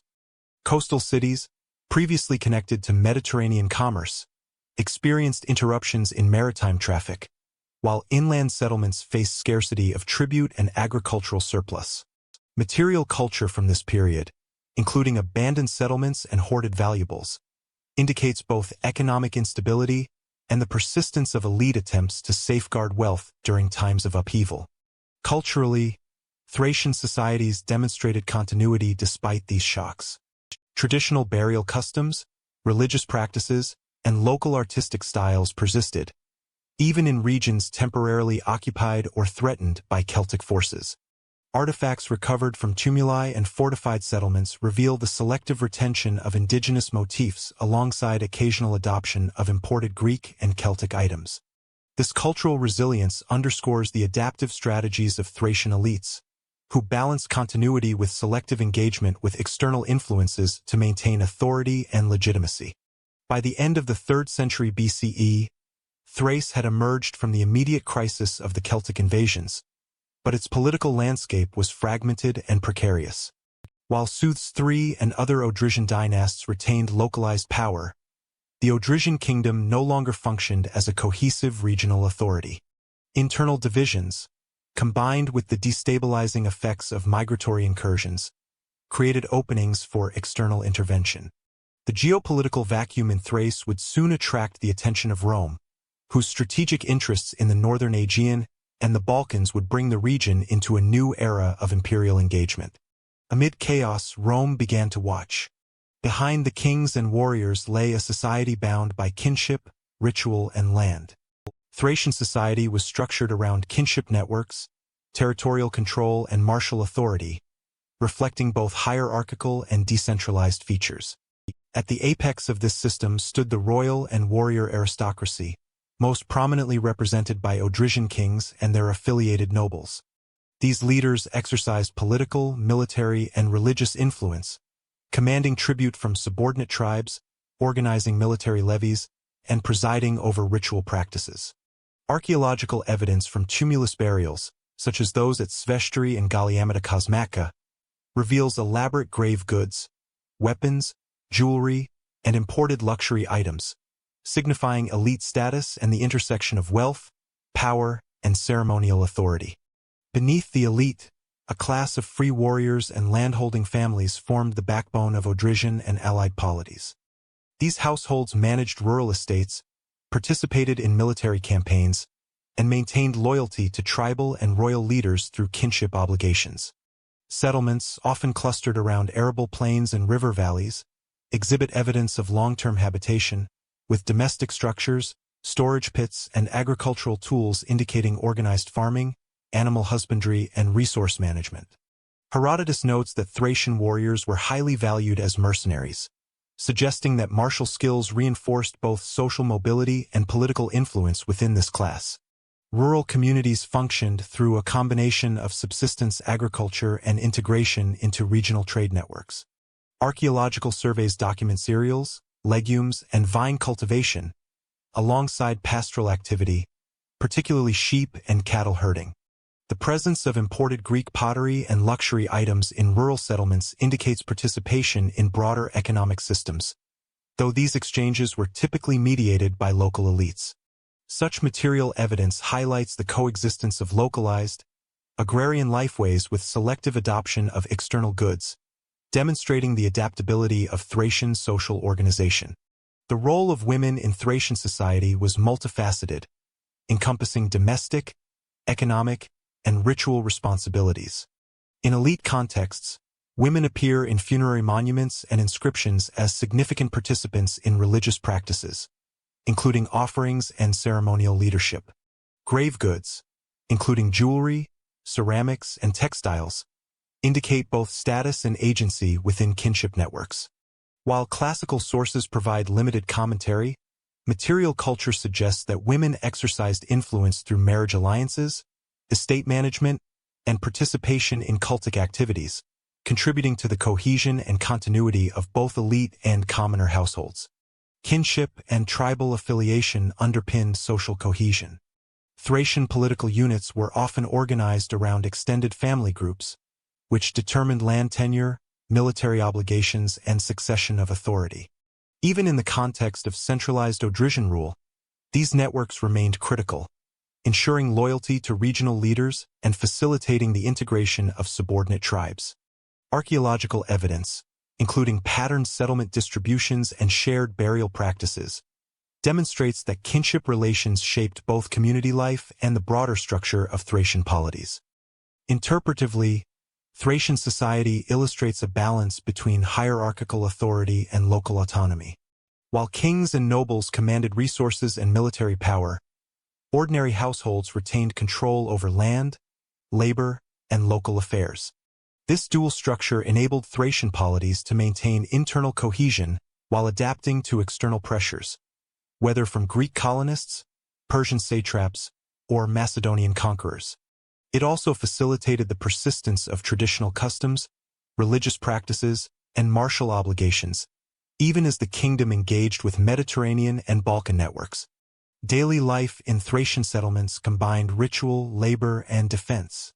Houses were often situated within easily defensible sites, reflecting both intertribal competition and ongoing military obligations. Storage facilities indicate careful management of surplus crops and livestock, while tools and ceramic assemblages reveal a degree of standardization and craft specialization. Funerary evidence demonstrates that social status was both inherited and performative, with ritualized deposition of weapons, ornaments, and imported goods reinforcing hierarchy and lineage. By integrating archaeological, textual, and material evidence, scholars reconstruct a society that was socially stratified, economically productive, and culturally resilient. The Thracian framework combined centralized leadership with decentralized tribal networks, creating a flexible system capable of responding to external threats and internal competition. This structure allowed for the preservation of cultural identity across centuries, even as Thrace engaged with Greek, Persian, and Macedonian powers. Their beliefs, complex and syncretic, offer the deepest window into Thracian thought. In Thrace, belief was inseparable from daily life and from the mysteries of life, death, and the beyond. Thracian religious practice was diverse, syncretic, and deeply embedded in both social and political structures. Archaeological and textual evidence indicates that Thracians maintained animistic and shamanic traditions, venerating natural features such as rivers, mountains, and sacred groves. High places, particularly hilltops and caves, served as focal points for ritual activity, where communities performed sacrifices, seasonal rites, and offerings to both ancestral and divine powers. Sites such as Tattle in the eastern Rhodopes reveal complex cultic installations, including carved rock altars, niches for votive deposits, and evidence of ceremonial feasting, indicating the ritual centrality of these locations in local society. Among the most influential religious traditions in Thrace was the Orphic cult, associated with the legendary figure of Orpheus. Classical sources, including later Greek and Roman accounts, link Orpheus to the Thracian landscape, portraying him as a poet-priest who mediated between humans and the divine. Archaeological data, such as engraved inscriptions, ritual vessels, and tomb offerings, suggest that Orphic beliefs shaped funerary customs, emphasizing purification, the immortality of the soul, and symbolic journeys after death. This reflects a broader Thracian concern with mortality and the afterlife, where ritual practice intertwined with social and political hierarchies. The Thracian pantheon also included hybrid deities, reflecting interaction with Greek and Anatolian religious forms. Cults of Sabazios and Dionysus demonstrate this syncretism. Sabazios, often represented as a horseman deity associated with fertility and martial prowess, appears in votive reliefs and metalwork from both hill forts and tumuli, indicating elite patronage. Dionysian cults, introduced through Greek contact along coastal trade networks, were adapted in Thracian contexts to include local ritual forms, ecstatic dances, and consumption of wine in ceremonial settings. These cults coexisted with indigenous deities, suggesting a religious flexibility that facilitated both elite prestige and communal cohesion. Sanctuaries such as Perperikon provide detailed insight into Thracian cultic life. Excavations reveal multi-phase complexes with altars, carved steps, and ritual chambers, indicating organized ceremonial sequences. Material evidence includes sacrificial animal remains, votive offerings, and imported Greek pottery, demonstrating both local continuity and cross-cultural exchange. The scale and complexity of these sites imply that religious leadership was closely tied to political authority, with rulers and elite families overseeing and funding ritual practice as a means of legitimizing power. Ritual practice encompassed both public and private spheres. Communal feasts, seasonal festivals, and military-related ceremonies reinforced group identity and loyalty to tribal or royal authorities. At the household level, small shrines and domestic offerings suggest that religious observance was integrated into daily life, linking kinship, agriculture, and social hierarchy. Herodotus notes the prevalence of sacred sites and the importance of oracular consultation, reflecting an enduring interplay between spiritual authority and practical decision-making in Thracian communities. Interpretively, Thracian religion demonstrates the interconnection of belief, social structure, and political authority. The persistence of shamanic and Orphic practices alongside imported Greek cults illustrates a selective syncretism, where local traditions were retained and enhanced rather than replaced.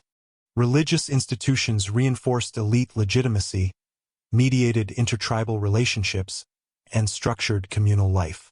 The integration of natural features, ritual sites, and funerary practice into political and social networks indicates that spirituality was a foundational component of Thracian identity. Religious practice also shaped attitudes toward mortality and the afterlife. Funerary evidence, including richly furnished tombs, sacrificial deposits, and ritual paraphernalia, reflects beliefs in soul continuity and the efficacy of ritual in mediating posthumous fate. Orphic and Dionysian elements in these contexts suggest that Thracians conceptualized death as a transition influenced by ritual knowledge, ethical conduct, and elite sponsorship. Such practices reinforced both individual and communal cohesion, linking temporal authority with spiritual responsibility. By integrating textual and archaeological evidence, scholars reconstruct a religious landscape that was complex, adaptive, and socially embedded. Thracian belief systems combined local shamanic traditions, Orphic philosophy, and Greek-influenced cults into a cohesive framework that structured daily life, reinforced hierarchy, and mediated relationships with both nature and the divine. These religious practices provided continuity across centuries, sustaining cultural identity even amid political upheaval, foreign invasions, and the rise and fall of neighboring empires. These beliefs shaped death as much as life, In their tombs, the Thracians left silent histories, painted, gilded, and buried in ritual. The royal tombs of Thrace, particularly those at Kazanlak and Sveshtori, provide some of the most detailed evidence for elite society, artistic achievement, and ritual practice.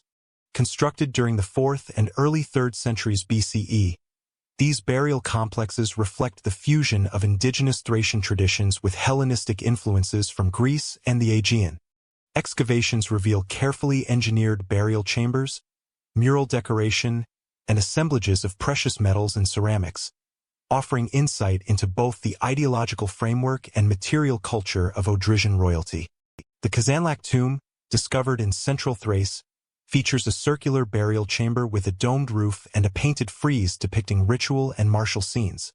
Archaeologists have interpreted these images as a visual representation of royal authority and elite identity, illustrating both military prowess and participation in ceremonial life. The inclusion of imported Greek pottery alongside local vessels indicates selective cultural adoption, while the presence of weapons, jewelry, and ornamental vessels emphasizes both status and the continuity of local funerary tradition. These tombs functioned not merely as repositories of the dead, but as symbolic assertions of dynastic power, reinforcing the social hierarchy and commemorating the achievements of rulers for both contemporaries and posterity.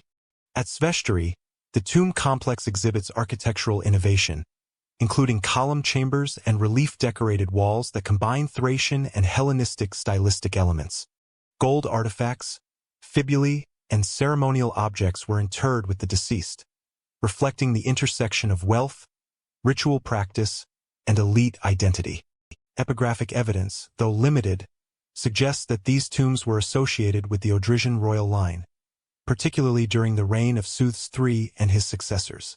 The funerary complexes indicate both centralized planning and specialized craftsmanship, highlighting the administrative and logistical capabilities of Thracian polities during periods of consolidation and prosperity.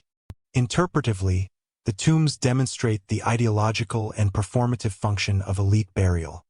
By incorporating visual narratives, imported luxury goods, and monumental architecture, Thracian rulers codified social hierarchy and legitimized political authority.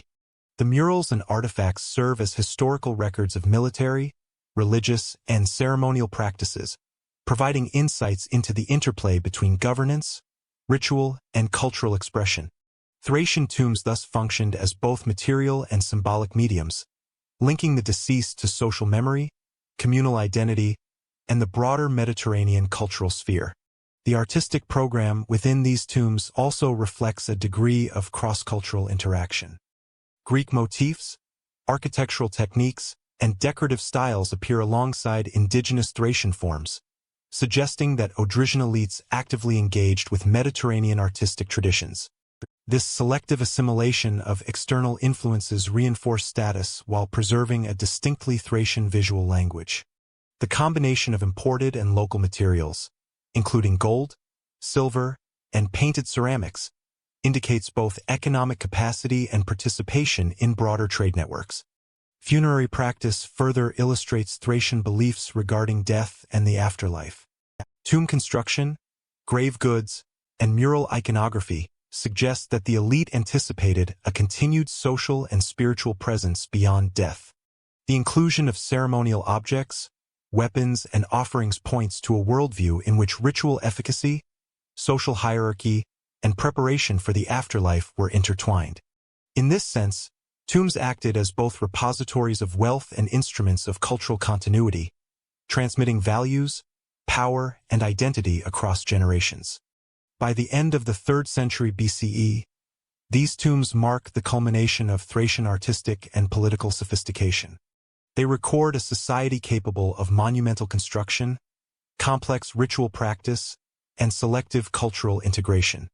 Yet, this flourishing occurred in parallel with increasing external pressures, from Celtic incursions, Macedonian oversight, and eventually Roman expansion, signaling that elite culture and artistic achievement persisted even as political autonomy declined. But even as their art flourished, their autonomy eroded. To the rising Roman Republic, Thrace was both a threat and an opportunity. During the 3rd and 2nd centuries BCE, Thrace occupied a strategically pivotal position between Macedon, the Aegean, and the expanding Roman Republic. Thracian polities retained their traditional structures, with tribal chiefs and residual Odrysian dynasts exercising localized authority. However, their political autonomy was increasingly shaped by external pressures. Macedon sought to maintain influence in the northern Aegean, while Rome emerged as a regional hegemon following its victories in the Western Balkans and Greece. Diplomatic correspondence, treaties, and classical narratives, particularly from Polybius and Livy, indicate that Thrace was a theater of negotiation, tribute, and intermittent conflict between these powers. Thracian raids into Macedon and Greek coastal settlements illustrate both the continuing martial capacity of the tribes and the limits of their internal cohesion. According to Livy, raids during the early 2nd century BCE disrupted supply lines and challenged Macedonian authority, yet these incursions were typically localized rather than coordinated across the entire region. Archaeological evidence, including burned settlements and displaced hordes, corroborates reports of periodic instability. Such activities position Thrace as a volatile frontier, compelling external powers to engage through both diplomacy and military intervention. Rome's attention to Thrace intensified during and after the Macedonian Wars, 214 to 148 BCE. The Republic's victories over Philip V and Perseus of Macedon extended Roman influence northward, establishing client relationships and alliances that included Thracian polities.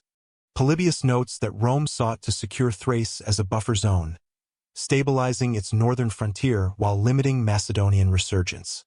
In practice, this involved recognition of local rulers in exchange for loyalty, tribute, or military cooperation, illustrating Rome's strategic preference for indirect control through local intermediaries rather than immediate annexation. Economically, Thrace offered both resources and strategic routes valuable to Rome and its allies. The region's timber, gold, silver, and fertile plains supported military campaigns and trade networks, while rivers such as the Hebros and Maritsa provided logistical corridors connecting the Aegean to inland territories.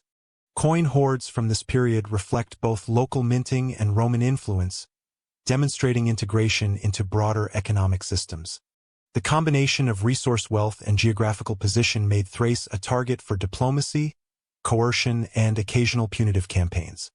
Interpretively, Thrace during this period exemplifies the complex interplay between autonomy and imperial encroachment. Local elites retained authority through traditional structures, yet their decision-making was increasingly constrained by Macedonian and Roman interests. The Republic's involvement did not immediately dismantle tribal networks, but it reshaped political calculations, compelling leaders to negotiate alliances, manage tribute obligations, and adapt to shifting power dynamics. Archaeological evidence of fortified settlements, continued martial activity, and maintained elite burial practices indicates that cultural continuity persisted even as political alignment shifted toward Rome. Thracian engagement with Rome also involved military cooperation. Tribes provided auxiliary troops for Roman campaigns against Macedon and other regional powers, while Macedonian and Greek sources describe the recruitment of Thracian mercenaries in both defensive and offensive operations.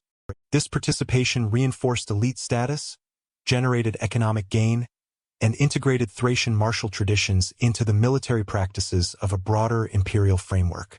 It also created a precedent for Thrace as a source of manpower for successive Roman military efforts in the Balkans and Asia Minor. By the mid-2nd century BCE, Thrace had become a buffer and collaborator, mediating the interface between Rome and Macedon.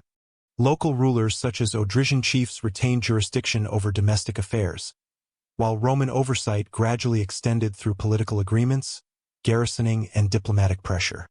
This arrangement allowed Thracian polities to maintain elements of traditional governance and social hierarchy while participating in a larger Mediterranean political order.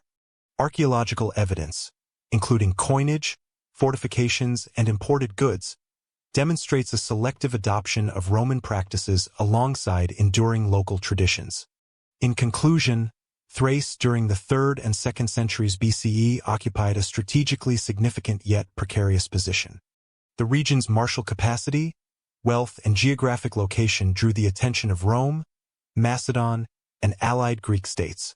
Through diplomacy, military engagement, and economic integration, Thracian polities negotiated survival and influence, retaining cultural and political identity while adapting to the demands of emerging empires. This period established the framework for Thrace's eventual incorporation into the Roman sphere, marking a transition from independent tribal networks to a landscape increasingly shaped by imperial oversight. Rome's victories in Macedon brought Thrace into its sphere. As the Roman Republic expanded its influence, Thrace became a theater of war, diplomacy, and strategic consolidation. By the 1st century BCE, Thrace had evolved into a contested borderland where internal divisions and external pressures intersected. The region's tribal fragmentation, combined with wealth and strategic location, made it both a valuable ally and a persistent challenge for Rome. Classical sources, particularly Appian and Cassius Dio, describe a series of conflicts collectively referred to as the Thracian Wars, during which Roman generals intervened to stabilize the region, suppress rebellious factions, and secure access to the northern Aegean and Balkan routes. One of the earliest Roman interventions occurred under Marcus Licinius Lucullus in the mid-1st century BCE.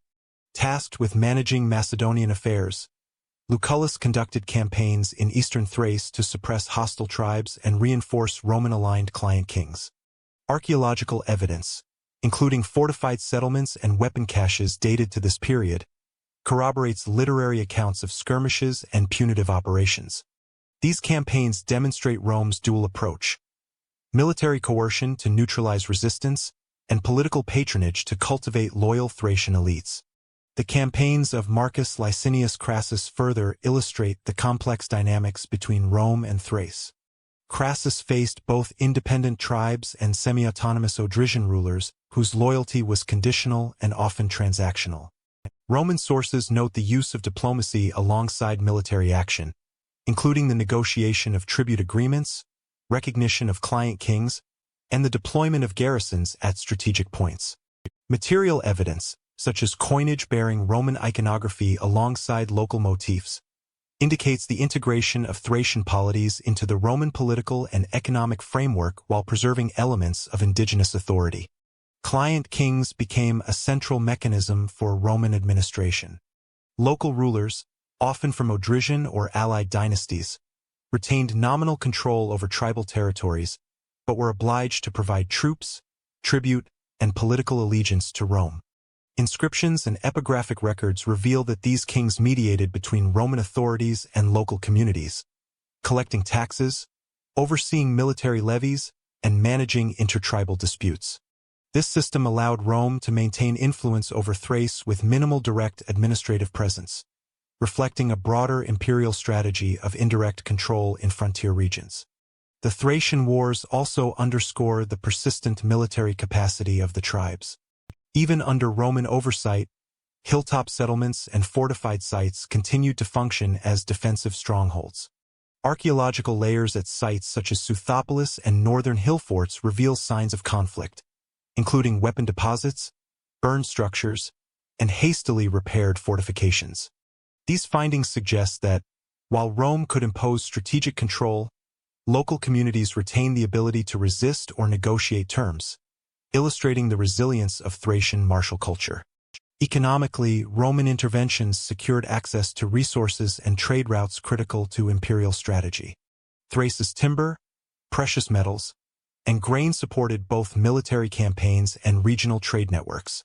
Coin hoards and imported Roman goods in Thracian settlements reflect increased economic integration, while the continuation of traditional production methods demonstrates selective adaptation. This integration enabled Rome to exploit Thrace's resources while preserving the functionality of local economies. Interpretively, the Thracian Wars highlight the interplay between coercion and collaboration. Rome's strategy combined military action with political accommodation, leveraging local leadership structures to maintain order and secure loyalty. Thracian elites benefited from recognition, material gain, and continued social authority, while Rome gained strategic depth, manpower, and resource control. This duality illustrates the Republic's broader approach to frontier management, balancing direct intervention with flexible client relationships. By the end of the 1st century BCE, Thrace had largely been stabilized under Roman influence, though local autonomy persisted within controlled parameters. Tribal divisions continued, but client kings and Roman garrisons ensured that larger-scale threats were mitigated. The region functioned as a buffer and collaborator, mediating the interface between Roman power, the remaining Hellenistic world, and adjacent Balkan tribes. Archaeological evidence, including fortified towns, Roman inscriptions, and coinage, reflects a negotiated order in which Thracian identity persisted even under the framework of Roman authority. Amid shifting alliances, Rome imposed order. At last, the Thracians became Romans, citizens of a world they once defied. The formal annexation of Thrace occurred in 46 CE under Emperor Claudius, following decades of client kingships, intermittent revolts, and negotiated alliances. This marked the transition from semi-autonomous tribal territories to a fully organized Roman province, incorporating Odrysian lands, northern Aegean settlements, and adjacent tribal regions. Roman historians, including Cassius Dio, emphasized that the annexation was both a strategic and administrative measure, securing the Balkans, consolidating imperial authority, and stabilizing the northern frontier. Provincial organization followed the standard Roman model, dividing Thrace into administrative units overseen by governors appointed from the senatorial or equestrian orders. Military oversight was maintained through legions stationed at strategic forts along rivers, mountain passes, and key trade routes. Archaeological evidence from sites such as Augusta Triana, modern Stara Zagora, and Marcianopolis shows the construction of Roman-style urban grids, forums, amphitheaters, baths, and aqueducts, reflecting both infrastructural investment and the imposition of civic Roman culture. Urbanization had multiple purposes: facilitating trade, administrative control, and cultural integration. Cities functioned as centers of taxation, military supply, and social interaction, linking Thrace to broader imperial networks. Material culture demonstrates a combination of Roman architectural and civic norms with persistent local features, including Thracian religious sanctuaries and burial practices, indicating that assimilation was gradual and adaptive rather than absolute. Inscriptions, coinage, and monumental dedications illustrate the emergence of local elites participating in Roman civic life while maintaining elements of traditional authority and social hierarchy. Economically, the province became fully integrated into imperial systems. Thrace's fertile plains, mineral resources, and strategic position along the Via Pontica and Danube corridor facilitated the export of grain, timber, metals, and luxury goods. Archaeological surveys reveal standardized production, storage facilities, and trade networks, while coin hoards and imported Roman goods indicate participation in wider Mediterranean commerce. Roman administration also imposed systematic taxation and legal regulation, ensuring resource extraction for the empire while maintaining local labor and production systems. Culturally, Thracians retained a degree of autonomy within the Roman framework. Indigenous religious practices, including local cults and Orphic traditions, continued alongside the imperial cult, reflecting syncretic accommodation. Funerary customs evolved to incorporate Roman styles, yet tumuli, burial mounds, and ritual artifacts demonstrate continuity of Thracian identity. This selective adaptation underscores the capacity of Thracian society to integrate external influences while preserving foundational cultural structures. Interpretively, the provincial period demonstrates the dual character of Roman incorporation, political and economic integration, combined with cultural persistence. Thracians became subjects of the empire, yet local identities, social hierarchies, and religious traditions continued to shape daily life and elite behavior. Archaeological evidence, epigraphy, and urban development collectively illustrate that Romanization was a negotiated process, balancing imperial control with existing social and cultural frameworks. By the mid-1st century CE, Thrace had been fully incorporated into the Roman provincial system. Administrative structures, urban centers, and military presence ensured stability and connectivity with the wider empire. Yet despite this formal integration, Thracian identity persisted through ritual, art, and social practice, creating a layered cultural landscape in which Roman and indigenous elements coexisted. This balance allowed Thrace to contribute to imperial stability while retaining the historical and cultural legacies of its pre-Roman past. Yet within the empire, their culture endured. Temples became forums, and hill forts became cities. The face of Thrace transformed. Following its annexation as a Roman province in 46 CE, Thrace experienced significant urbanization and administrative integration, reflecting the broader imperial strategy of consolidating control through city foundations and infrastructure development.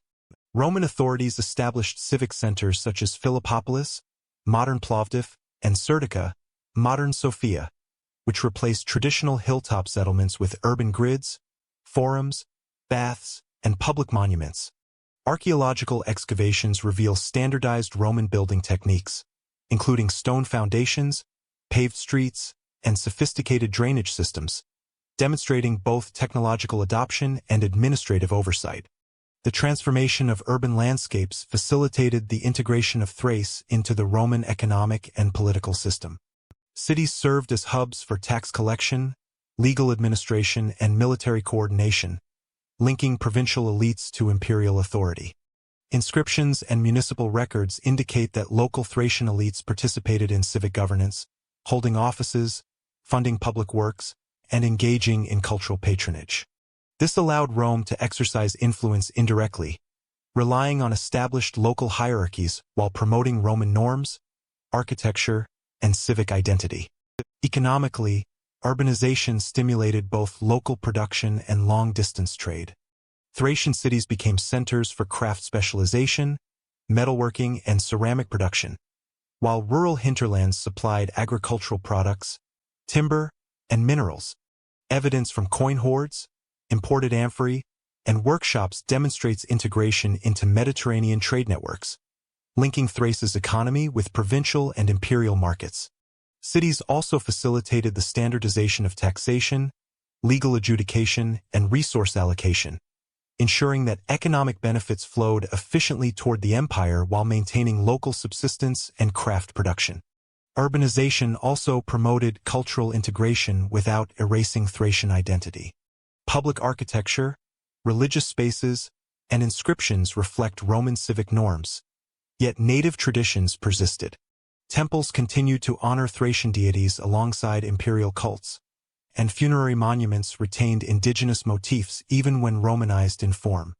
Artifacts such as local pottery, jewelry, and ritual objects demonstrate the coexistence of Thracian and Roman cultural expressions, highlighting a selective and adaptive process of Romanization rather than total assimilation. Interpretively, this period illustrates the dual character of Roman provincial policy: administrative standardization combined with cultural flexibility. By integrating urban centers into provincial governance, Rome secured control and facilitated economic exploitation, while local elites retained social and ritual influence, ensuring continuity of indigenous authority and identity. Archaeological evidence from urban settlements, civic inscriptions, and material culture underscores this negotiated balance, revealing a province simultaneously transformed and enduring in its local character. By the end of the 1st century CE, Thracian cities had become vital nodes in the empire's Balkan network. They provided administrative efficiency, economic productivity, and cultural exchange, linking the province to Rome while supporting the persistence of Thracian social structures. These cities embodied the complex interface between imperial authority and local tradition, illustrating how urbanization served both governance and adaptation. But Thracian identity did not vanish. Even as Rome dominated the region, Thracian warriors retained a presence on battlefields far beyond their homeland. Thracians had long been recognized for their martial skill, a reputation dating back to the Odrysian kingdom and earlier tribal confederations. Under Roman rule, this tradition was channeled both through auxiliary service in the legions and through the participation of Thracian gladiators in the arena. Roman military records, inscriptions, and funerary monuments indicate that Thracians were recruited for auxiliary infantry, light cavalry, and specialized units, valued for their agility, use of javelins, and familiarity with rugged terrain. These deployments integrated Thracian martial culture into Roman military organization, while also providing social and economic mobility for recruits. Classical sources document the deployment of Thracian soldiers across the empire, from the Balkan frontier to campaigns in Gaul, Asia Minor, and the eastern provinces. Auxiliary service required adaptation to Roman discipline, formation tactics, and standardized equipment, yet Thracians often retained traditional weapons and distinctive armor, such as the sicca, a curved short sword, and the characteristic Thracian helmet. This persistence of indigenous martial traits within the Roman military demonstrates the duality of assimilation. Thracian warriors contributed to imperial objectives while preserving elements of tribal identity and martial heritage. The Thracian contribution to military culture extended into the arena. Roman amphitheaters featured Thracian gladiators, often classified as the Thraex type, distinguished by small shields, greaves, and curved swords. Archaeological evidence, including gladiatorial equipment, inscriptions, and reliefs from amphitheaters, confirms the widespread presence of these fighters. While recruited or enslaved for combat, Thracian gladiators symbolically perpetuated the image of martial prowess and resilience, providing Roman audiences with a representation of the Thracian warrior that drew on centuries of reputational continuity. The cultural memory of Thracian military identity was further reinforced through figures such as Spartacus, whose origins are traced to Thrace or adjacent Balkan regions.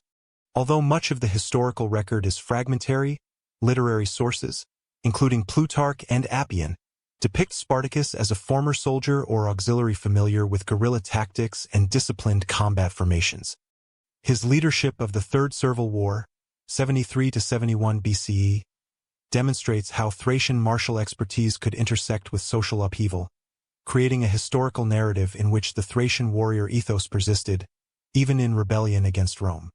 Interpretively, Thracian military participation under Roman rule reflects both integration and cultural continuity. Service in the legions provided economic opportunity, social advancement, and exposure to imperial networks, while allowing Thracians to retain symbolic and practical aspects of their martial heritage. Gladiatorial representation and figures like Spartacus reinforced a collective memory of martial skill, heroism, and resilience, shaping both Roman perceptions of Thracians and Thracian self-identity within the imperial framework.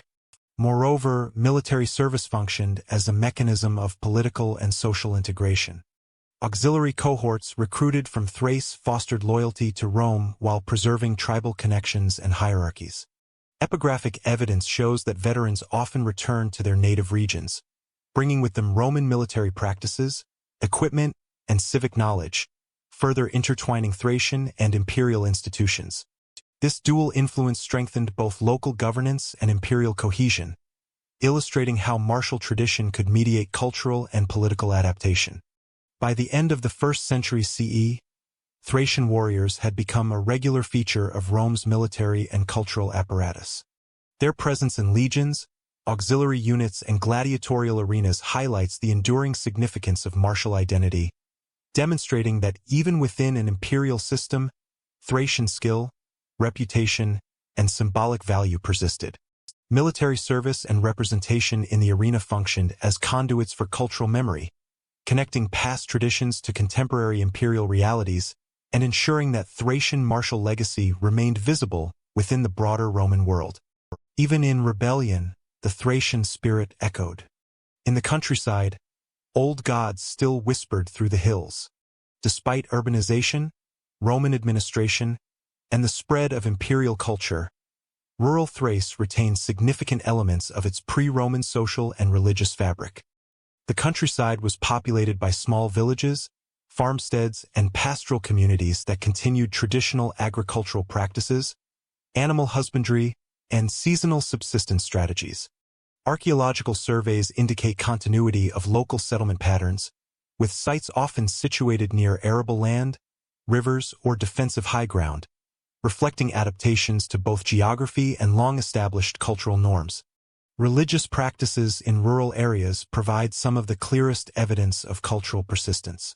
Local cults dedicated to indigenous deities and sacred sites, particularly hilltops, groves, and springs, remained active under Roman rule. Archaeological discoveries at Tatul, Perperikon, and numerous smaller sanctuaries show that votive offerings, ritual deposits, and small-scale altars continued to be used by local populations. These practices coexisted alongside the imperial cult, demonstrating selective integration. Thracians adopted Roman religious and civic forms without abandoning traditional spiritual frameworks. Linguistic evidence also points to continuity. Inscriptions and epigraphic finds suggest that Thracian language elements persisted in rural contexts well into the Roman period, especially in personal names, toponyms, and local administrative records. While Latin and Greek dominated urban and official communication, the persistence of Thracian terms and expressions indicates a durable local identity maintained through oral and community transmission. This linguistic continuity facilitated the retention of social memory, ritual knowledge, and local governance structures, reinforcing cultural cohesion even under imperial oversight. Economic and social organization in rural Thrace retained aspects of pre-Roman tradition. Villages were structured around kinship networks, with extended families controlling plots, pastures, and craft production. Archaeological evidence of rural workshops, storage facilities, and small-scale metalworking illustrates local autonomy in production and the persistence of trade within traditional circuits. Participation in regional markets connected these communities to urban centers. Yet daily life remained embedded in long-standing rhythms of cultivation, pastoralism, and seasonal ritual. Interpretively, rural Thrace under Roman rule demonstrates a layered cultural landscape, where imperial structures coexisted with indigenous traditions. While cities, roads, and administration introduced Roman norms, the countryside preserved older forms of social organization, spiritual practice, and linguistic identity.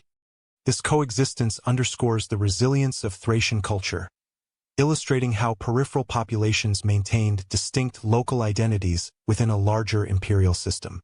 Funerary practices in rural areas also reflect continuity. Burial mounds, tumuli, and local cemeteries often retained traditional forms, even when incorporating Roman-style grave goods or inscriptions. Material evidence indicates that ritual and symbolic behavior associated with death, ancestry, and social status persisted alongside evolving administrative frameworks. The combination of local tomb construction, funerary offerings, and occasional Roman influence illustrates a negotiated cultural adaptation, balancing tradition with integration. By the end of the 1st and early 2nd centuries CE, rural Thrace remained a repository of cultural memory, ritual continuity, and social structure. Indigenous practices, local cults, and kinship-based organization ensured that Thracian identity endured even as Romanization advanced in urban centers.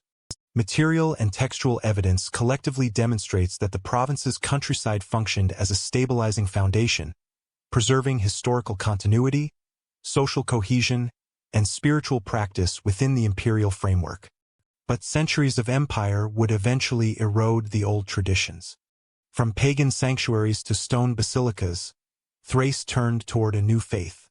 During the 3rd to 5th centuries CE, Thrace underwent a profound religious transformation as Christianity spread through urban and rural communities, gradually supplanting traditional pagan practices.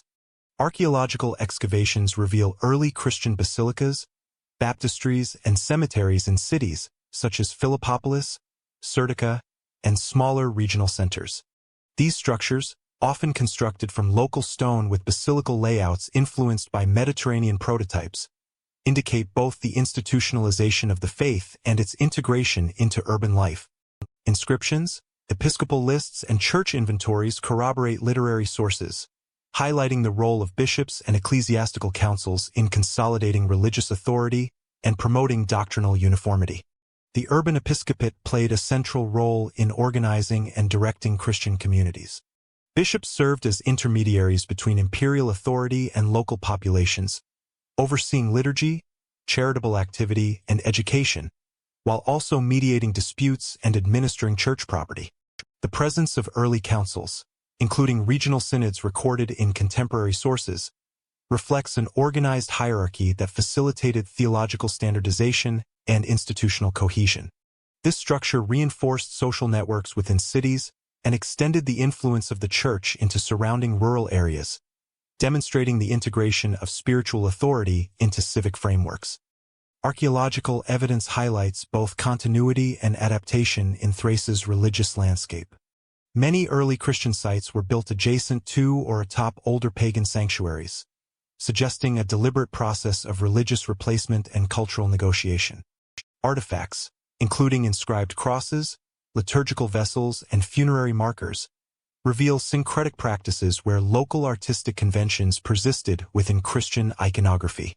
These findings indicate that while Christianity introduced new religious forms, it also absorbed elements of existing spatial, artistic, and ritual traditions, facilitating a smoother transition for local populations. Economic and social structures supported the spread of Christianity. Urban centers with established trade networks, administrative infrastructure, and elite patronage provided the resources necessary for church construction, endowment, and maintenance.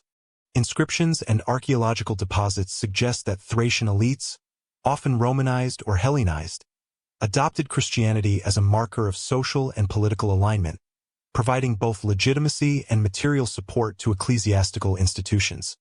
This patronage reinforced urban hierarchies while promoting cultural cohesion around a shared faith. Interpretively, the spread of Christianity in Thrace illustrates the interplay between empire, urbanization, and cultural transformation. While imperial edicts and the endorsement of emperors such as Constantine facilitated institutional adoption, local communities shaped how the faith was practiced, visualized, and experienced. Archaeological and textual evidence demonstrates that Christianization was not imposed in a uniform manner. Rather, it involved negotiation, adaptation, and the strategic integration of new religious practices into pre-existing social and cultural frameworks. By the end of the 5th century CE, Christianity had become the dominant religious paradigm in Thrace, fundamentally reshaping social norms, ritual practice, and community organization. Pagan temples declined in function or were repurposed, while bishops and church infrastructure increasingly defined civic and spiritual life. This transformation affected identity, governance, and cultural memory, establishing a foundation for Thrace's role in the Christian Byzantine world and linking the province more closely to imperial ideology and Mediterranean ecclesiastical networks. This shift redefined identity across the Balkans. The old province became a frontier once again. In the late 3rd and 4th centuries CE, Thrace experienced profound administrative, military, and demographic changes under the Roman Empire. Diocletian's reforms, c. 293 CE, restructured the provincial system, subdividing Thrace into smaller administrative units to improve governance and fiscal efficiency. Sources such as the Notitia Dignitatum and surviving epigraphic records indicate the creation of multiple civitates, each governed by Roman officials responsible for taxation, law, and military oversight. These reforms aimed to reinforce imperial authority, streamline resource collection, and enhance defensive capabilities across a region increasingly exposed to external pressures.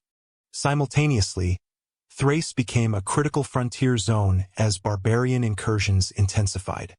The Gothic migrations of the 3rd and 4th centuries CE, documented in Ammianus Marcellinus, brought repeated raids across the Danube and into the interior, targeting urban centers, rural estates, and coastal settlements. Archaeological evidence, including burnt layers, abandoned villages, and hastily reinforced fortifications, corroborates historical accounts, illustrating the frequency and intensity of these attacks.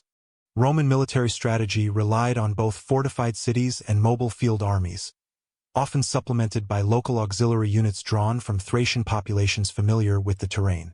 The Hunnic invasions of the 5th century CE further destabilized the region. Chronica Gallica and Jordan's report that the Huns penetrated Thrace during their campaigns across the Balkans, contributing to the depopulation of rural settlements and the fortification of urban centers. Thracian communities responded with both armed resistance and accommodation, negotiating tribute or military service with invading groups.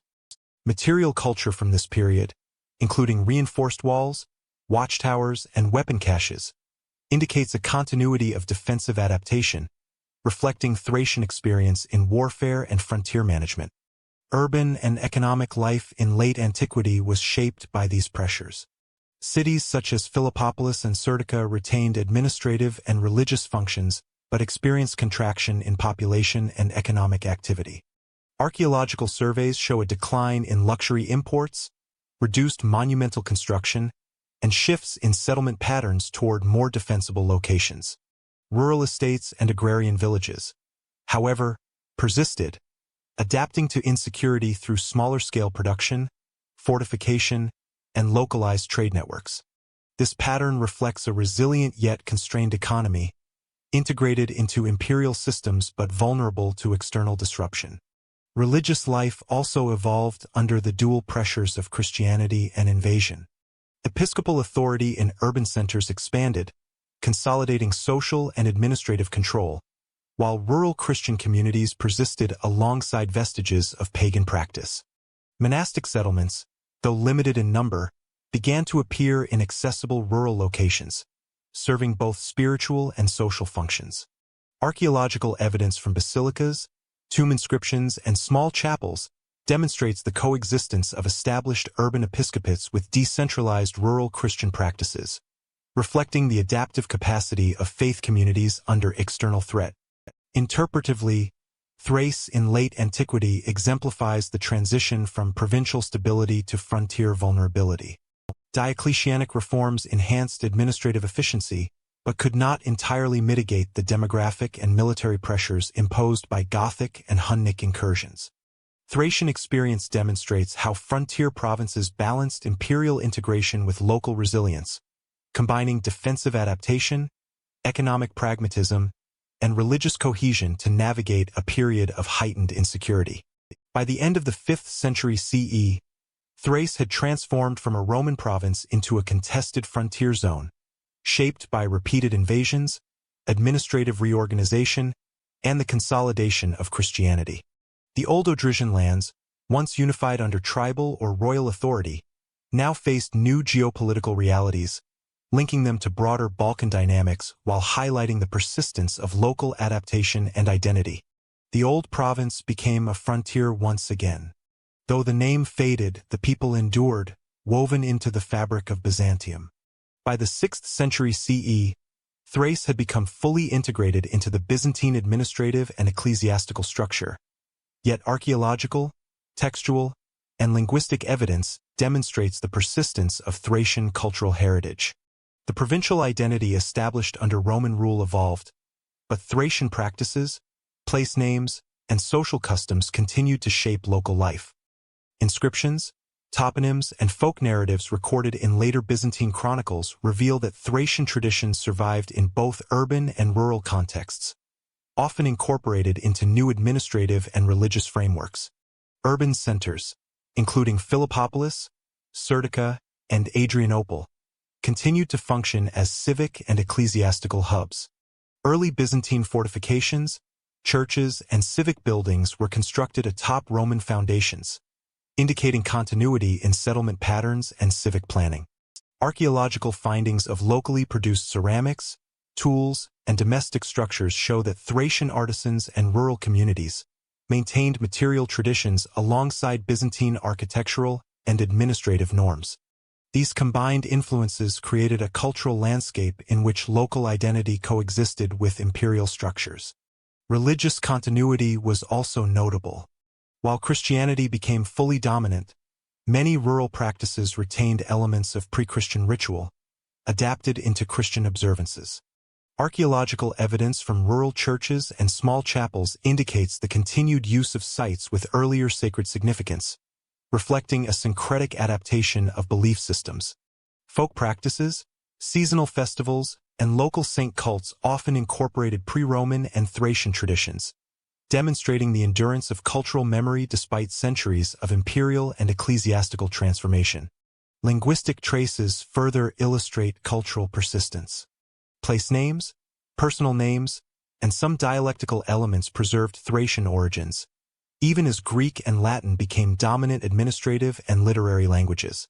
These linguistic markers provided continuity for local communities, maintaining social cohesion and reinforcing a sense of historical identity that connected contemporary Byzantines to the region's Thracian past. Interpretively, Thracian heritage under Byzantium highlights the adaptive resilience of local culture.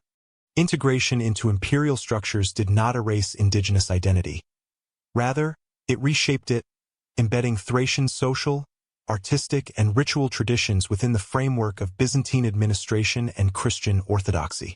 This pattern underscores the ability of frontier and peripheral populations to maintain continuity through centuries of political, religious, and demographic change.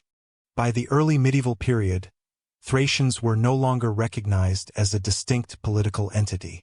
Yet their cultural imprint endured in folklore, rural customs, and local administrative practices. Archaeological evidence of continued settlement, material culture, and ritual continuity confirms that Thracian heritage remained an active element of regional identity, bridging the Roman and Byzantine worlds. Yet to history, they would remain the forgotten neighbors of Greece and Rome.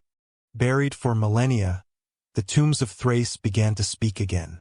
The systematic rediscovery of Thrace began in the 19th century, driven by both nationalist interest and emerging archaeological methods. Early excavations focused on tumuli, hill forts, and burial mounds that dotted the Bulgarian and northern Greek landscapes. Scholars and collectors, including the Austrian archaeologist Alois Kaiser and later the Bulgarian archaeologist Bogdan Filov, documented artifacts ranging from gold vessels to painted murals, revealing a previously unrecognized complexity in Thracian material culture. These early efforts laid the foundation for Thraciology, the academic discipline devoted to the study of Thracian history, society, and art. Key discoveries transformed scholarly understanding of Thracian civilization. The Kazanlak tomb, excavated in the 1940s, provided unparalleled insight into royal burial practices, mural art, and funerary symbolism. Its painted friezes depict Thracian warriors, banqueting scenes, and ritual activities, illustrating both social hierarchy and artistic sophistication. Similarly, the Sveshtori tomb, uncovered in the 1980s, demonstrated elaborate corbelled architecture and sculptural decoration, confirming textual accounts of Thracian ceremonial sophistication and confirming the continuity of Odrysian dynastic traditions. Archaeology extended beyond royal tombs to rural and urban settlements, fortifications, and sacred sites.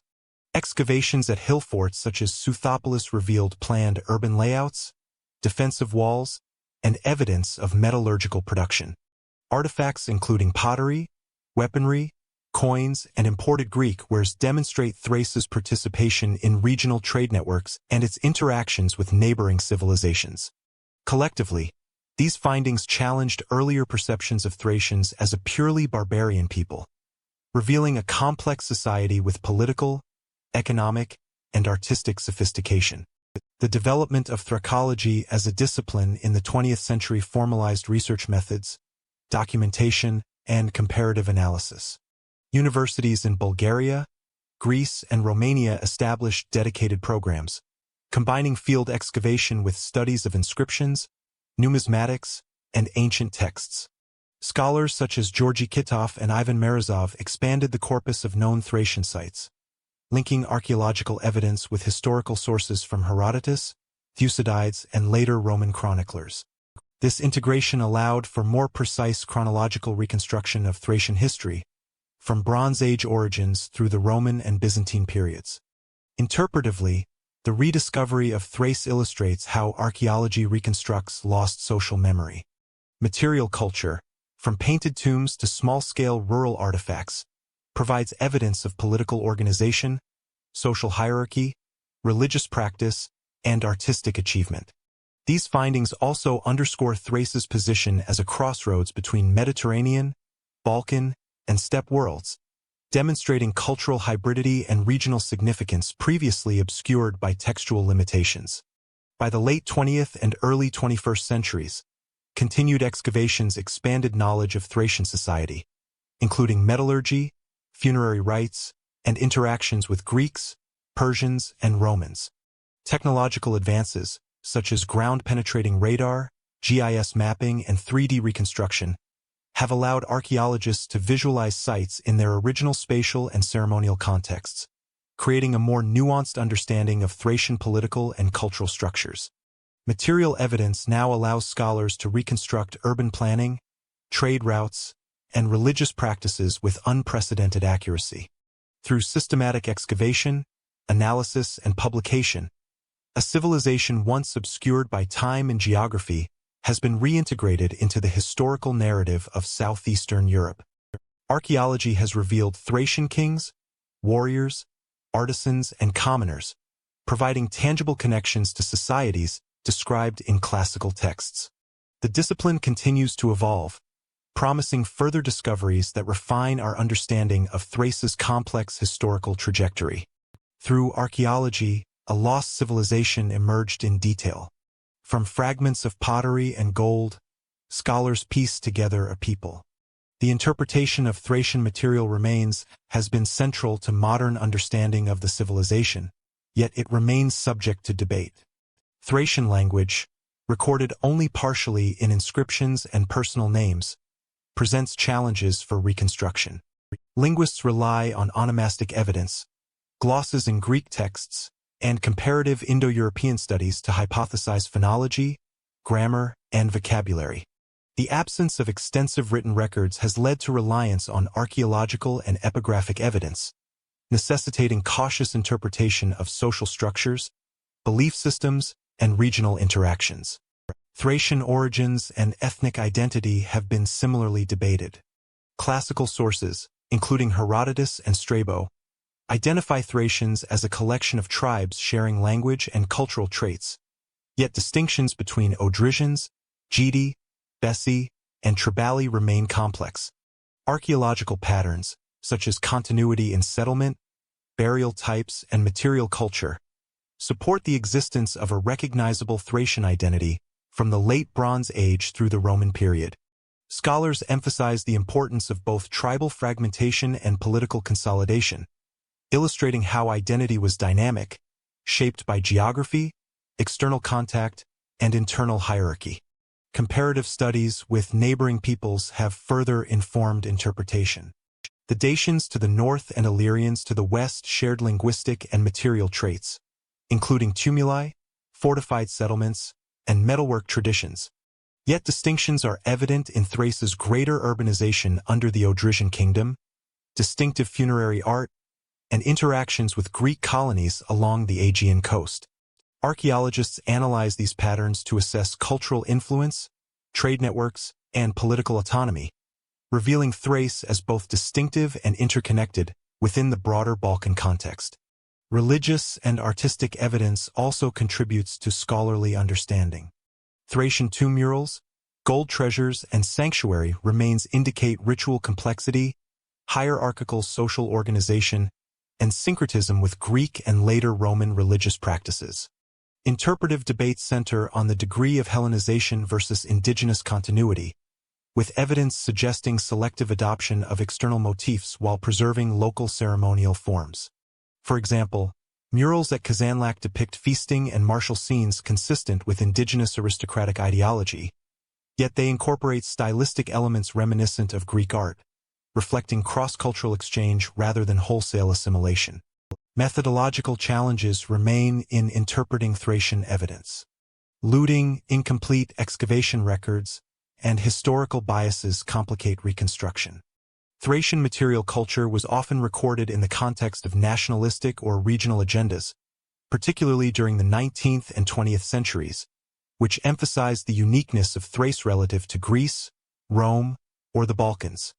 Contemporary Thrakology emphasizes scientific rigor, stratigraphic excavation, and interdisciplinary analysis, combining archaeology, epigraphy, numismatics, and environmental study to reconstruct social, economic, and political systems with minimal conjecture. Despite these challenges, scholarly consensus recognizes Thracians as a complex and influential civilization, whose language, material culture, and political organization contributed significantly to Southeastern European history. Interpretive frameworks highlight the interplay between tribal traditions, dynastic states, and external influences, emphasizing continuity from Bronze Age origins to Roman and Byzantine integration.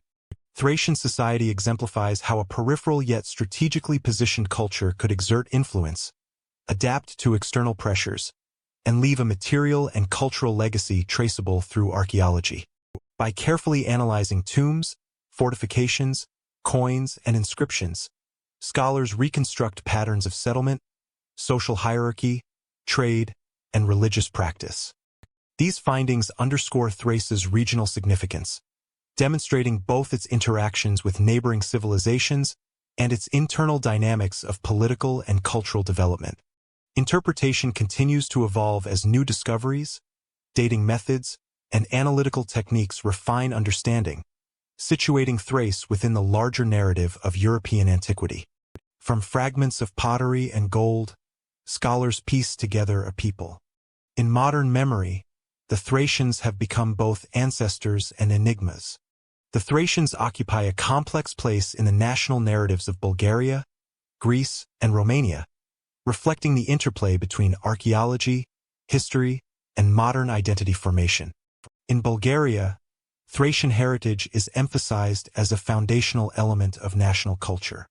Excavations at sites such as Kazanlak, Sveshtori, and Perperican are presented in museums and academic programs as evidence of an indigenous civilization that predates Greek, Roman, and Slavic presence. Scholarly publications and cultural exhibits highlight Thracian kings, tomb art, and gold treasures as symbols of continuity and creativity, linking the ancient past to contemporary Bulgarian identity. In Greece, Thrace is remembered primarily in its historical interactions with Hellenic civilization. Classical sources, including Herodotus and Thucydides, depict Thracians as both trading partners and military actors along the Aegean coast. Greek scholarship tends to situate Thracians within the broader narrative of interaction with Greek colonies, such as Abdera, Apollonia, and Mesembria, emphasizing cultural exchange, artistic influence, and strategic importance. Museums and educational programs often underscore Thracian contributions to the classical world while framing them in relation to Hellenic history. Romania similarly integrates the Geti, closely related to Thracians, into national historiography. Romanian scholarship emphasizes shared linguistic and cultural roots, framing the Thracian-Geti continuum as a precursor to later Dacian and Roman developments. Archaeological work along the Danube and in southern Romania links Thracian material culture to regional continuity, illustrating long-term settlement patterns, military engagement, and trade networks. This approach situates Thracians within a regional historical framework, underscoring their significance as a cultural and political bridge between the Balkans and the Pontic steppe. Across all three nations, Thracian heritage is both celebrated and contested. Interpretive emphasis varies according to national priorities, with debates centering on chronology, identity, and the relationship to neighboring cultures. Museums, heritage sites, and educational curricula shape public perception, presenting Thracians as ancestors, cultural innovators, and historical enigmas. This selective integration illustrates the role of historical memory in modern nation-building, demonstrating how archaeological discoveries and textual sources are mobilized to reinforce contemporary narratives of identity and continuity. Interpretively, the modern reception of Thracian culture highlights the enduring influence of archaeology and historiography in shaping collective memory. While the Thracians no longer exist as a distinct political entity, their material culture, art, and historical footprint provide tangible links to the past. National narratives use these elements not merely for scholarly understanding, but as symbols of continuity, resilience, and cultural distinctiveness. At the same time, international scholarship emphasizes contextualization, situating Thracians within broader Balkan, Mediterranean, and European histories. By the 21st century, Thracians have emerged as a cultural and historical reference point, bridging ancient civilizations and modern nations. Their legacy persists not in empire or conquest but in rediscovery, through tombs, artifacts, inscriptions, and scholarship. Thracian heritage continues to inform debates about identity, cultural interaction, and historical interpretation, demonstrating that even a people absent from political power can remain vividly present in the historical imagination. Their legacy now lies not in conquest, but in rediscovery. To the Greeks, they were barbarians. To archaeologists, builders of brilliance. Ancient literary sources offer a complex and often contradictory picture of the Thracians. Herodotus, writing in the 5th century BCE, emphasizes their martial prowess, social customs, and ritual practices, often framing them as the quintessential barbarian other in contrast to Greek civilization. Thucydides presents Thracians within the context of military alliances and mercenary activity, highlighting both their strategic value and the challenges of integrating tribal groups into larger political conflicts. Strabo later situates Thracians geographically and culturally, providing descriptions of settlements, topography, and customs that, while often secondhand, form a foundation for understanding ancient perceptions of Thrace. These literary portrayals frequently understate the sophistication of Thracian society. Whereas Greek authors often focus on warfare, ritual eccentricities, and perceived wildness, archaeological evidence demonstrates a high degree of political organization, urban planning, and artistic achievement. Royal tombs, such as those at Kazanlak and Sveshtori, reveal architectural sophistication, ceremonial complexity, and mastery of metalwork. Fortified settlements like Southopolis illustrate urban planning with central squares, defensive walls, and water management systems. These findings contrast with classical stereotypes, revealing Thracians as creators of durable infrastructure and intricate material culture. Art and religious expression provide another lens on Thracian historical memory. Classical authors mention cults, shamanic practices, and the veneration of deities such as Sabazios and Orpheus, often emphasizing their exotic or foreign character. Archaeological research, however, demonstrates systematic religious organization and continuity in sacred landscapes, including hilltop sanctuaries, ritual deposits, and elaborately decorated tombs. Iconography, murals, and portable objects indicate sophisticated symbolic systems, reflecting cosmology, social hierarchy, and dynastic authority.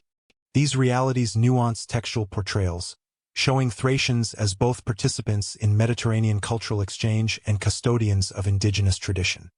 Interpretively, Thracian memory is a study in disjunction between perception and material reality.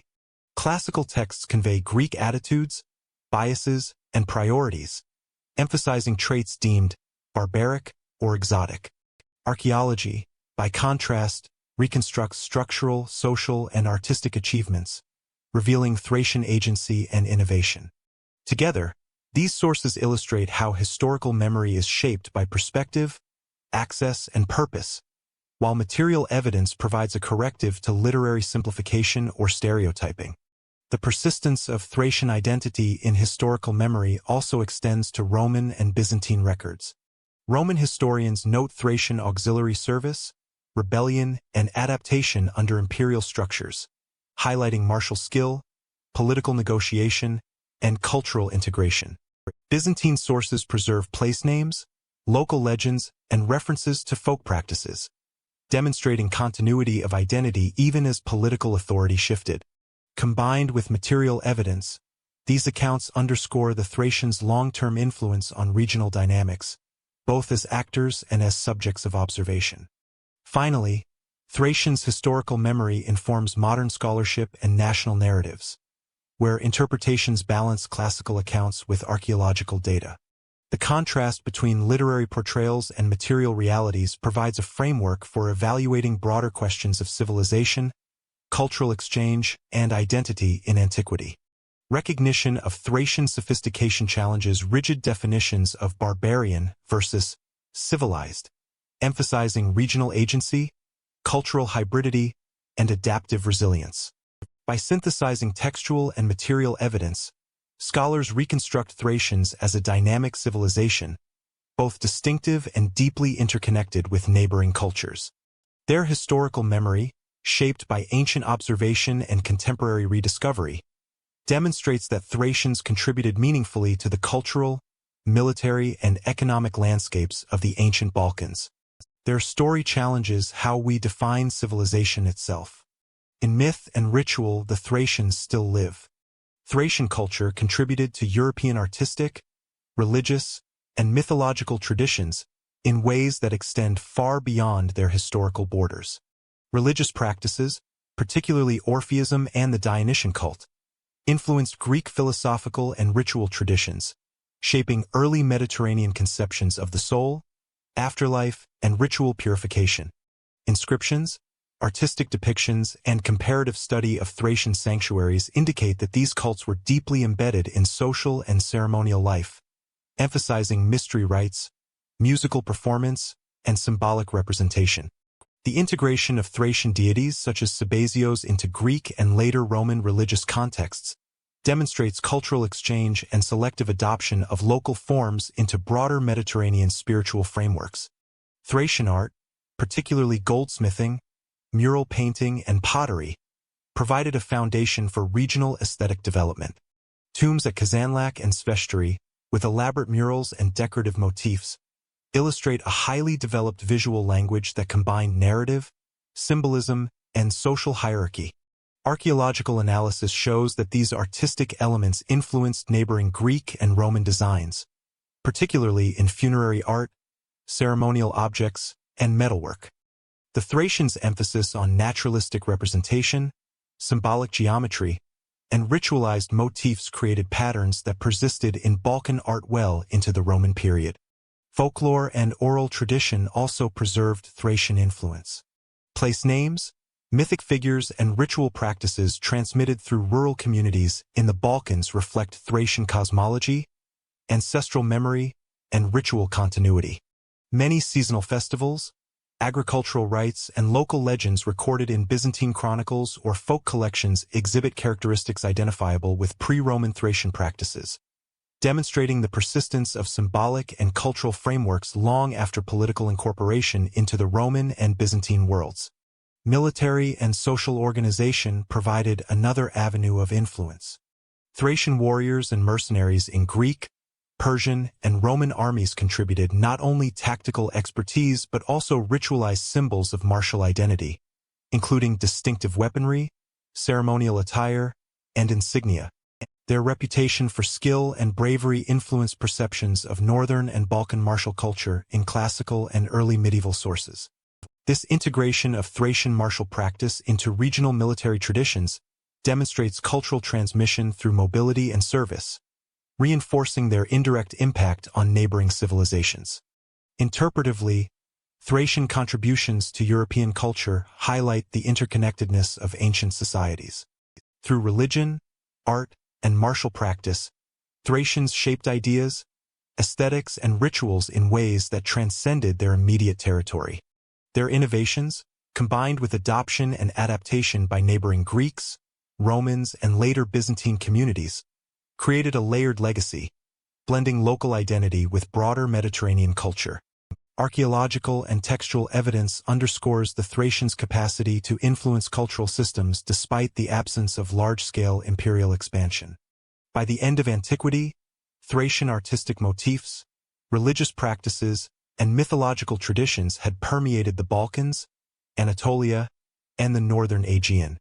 Material culture demonstrates continuity in burial practices, craftsmanship, and ceremonial architecture, while textual sources preserve memory of Thracian ritual and martial skill.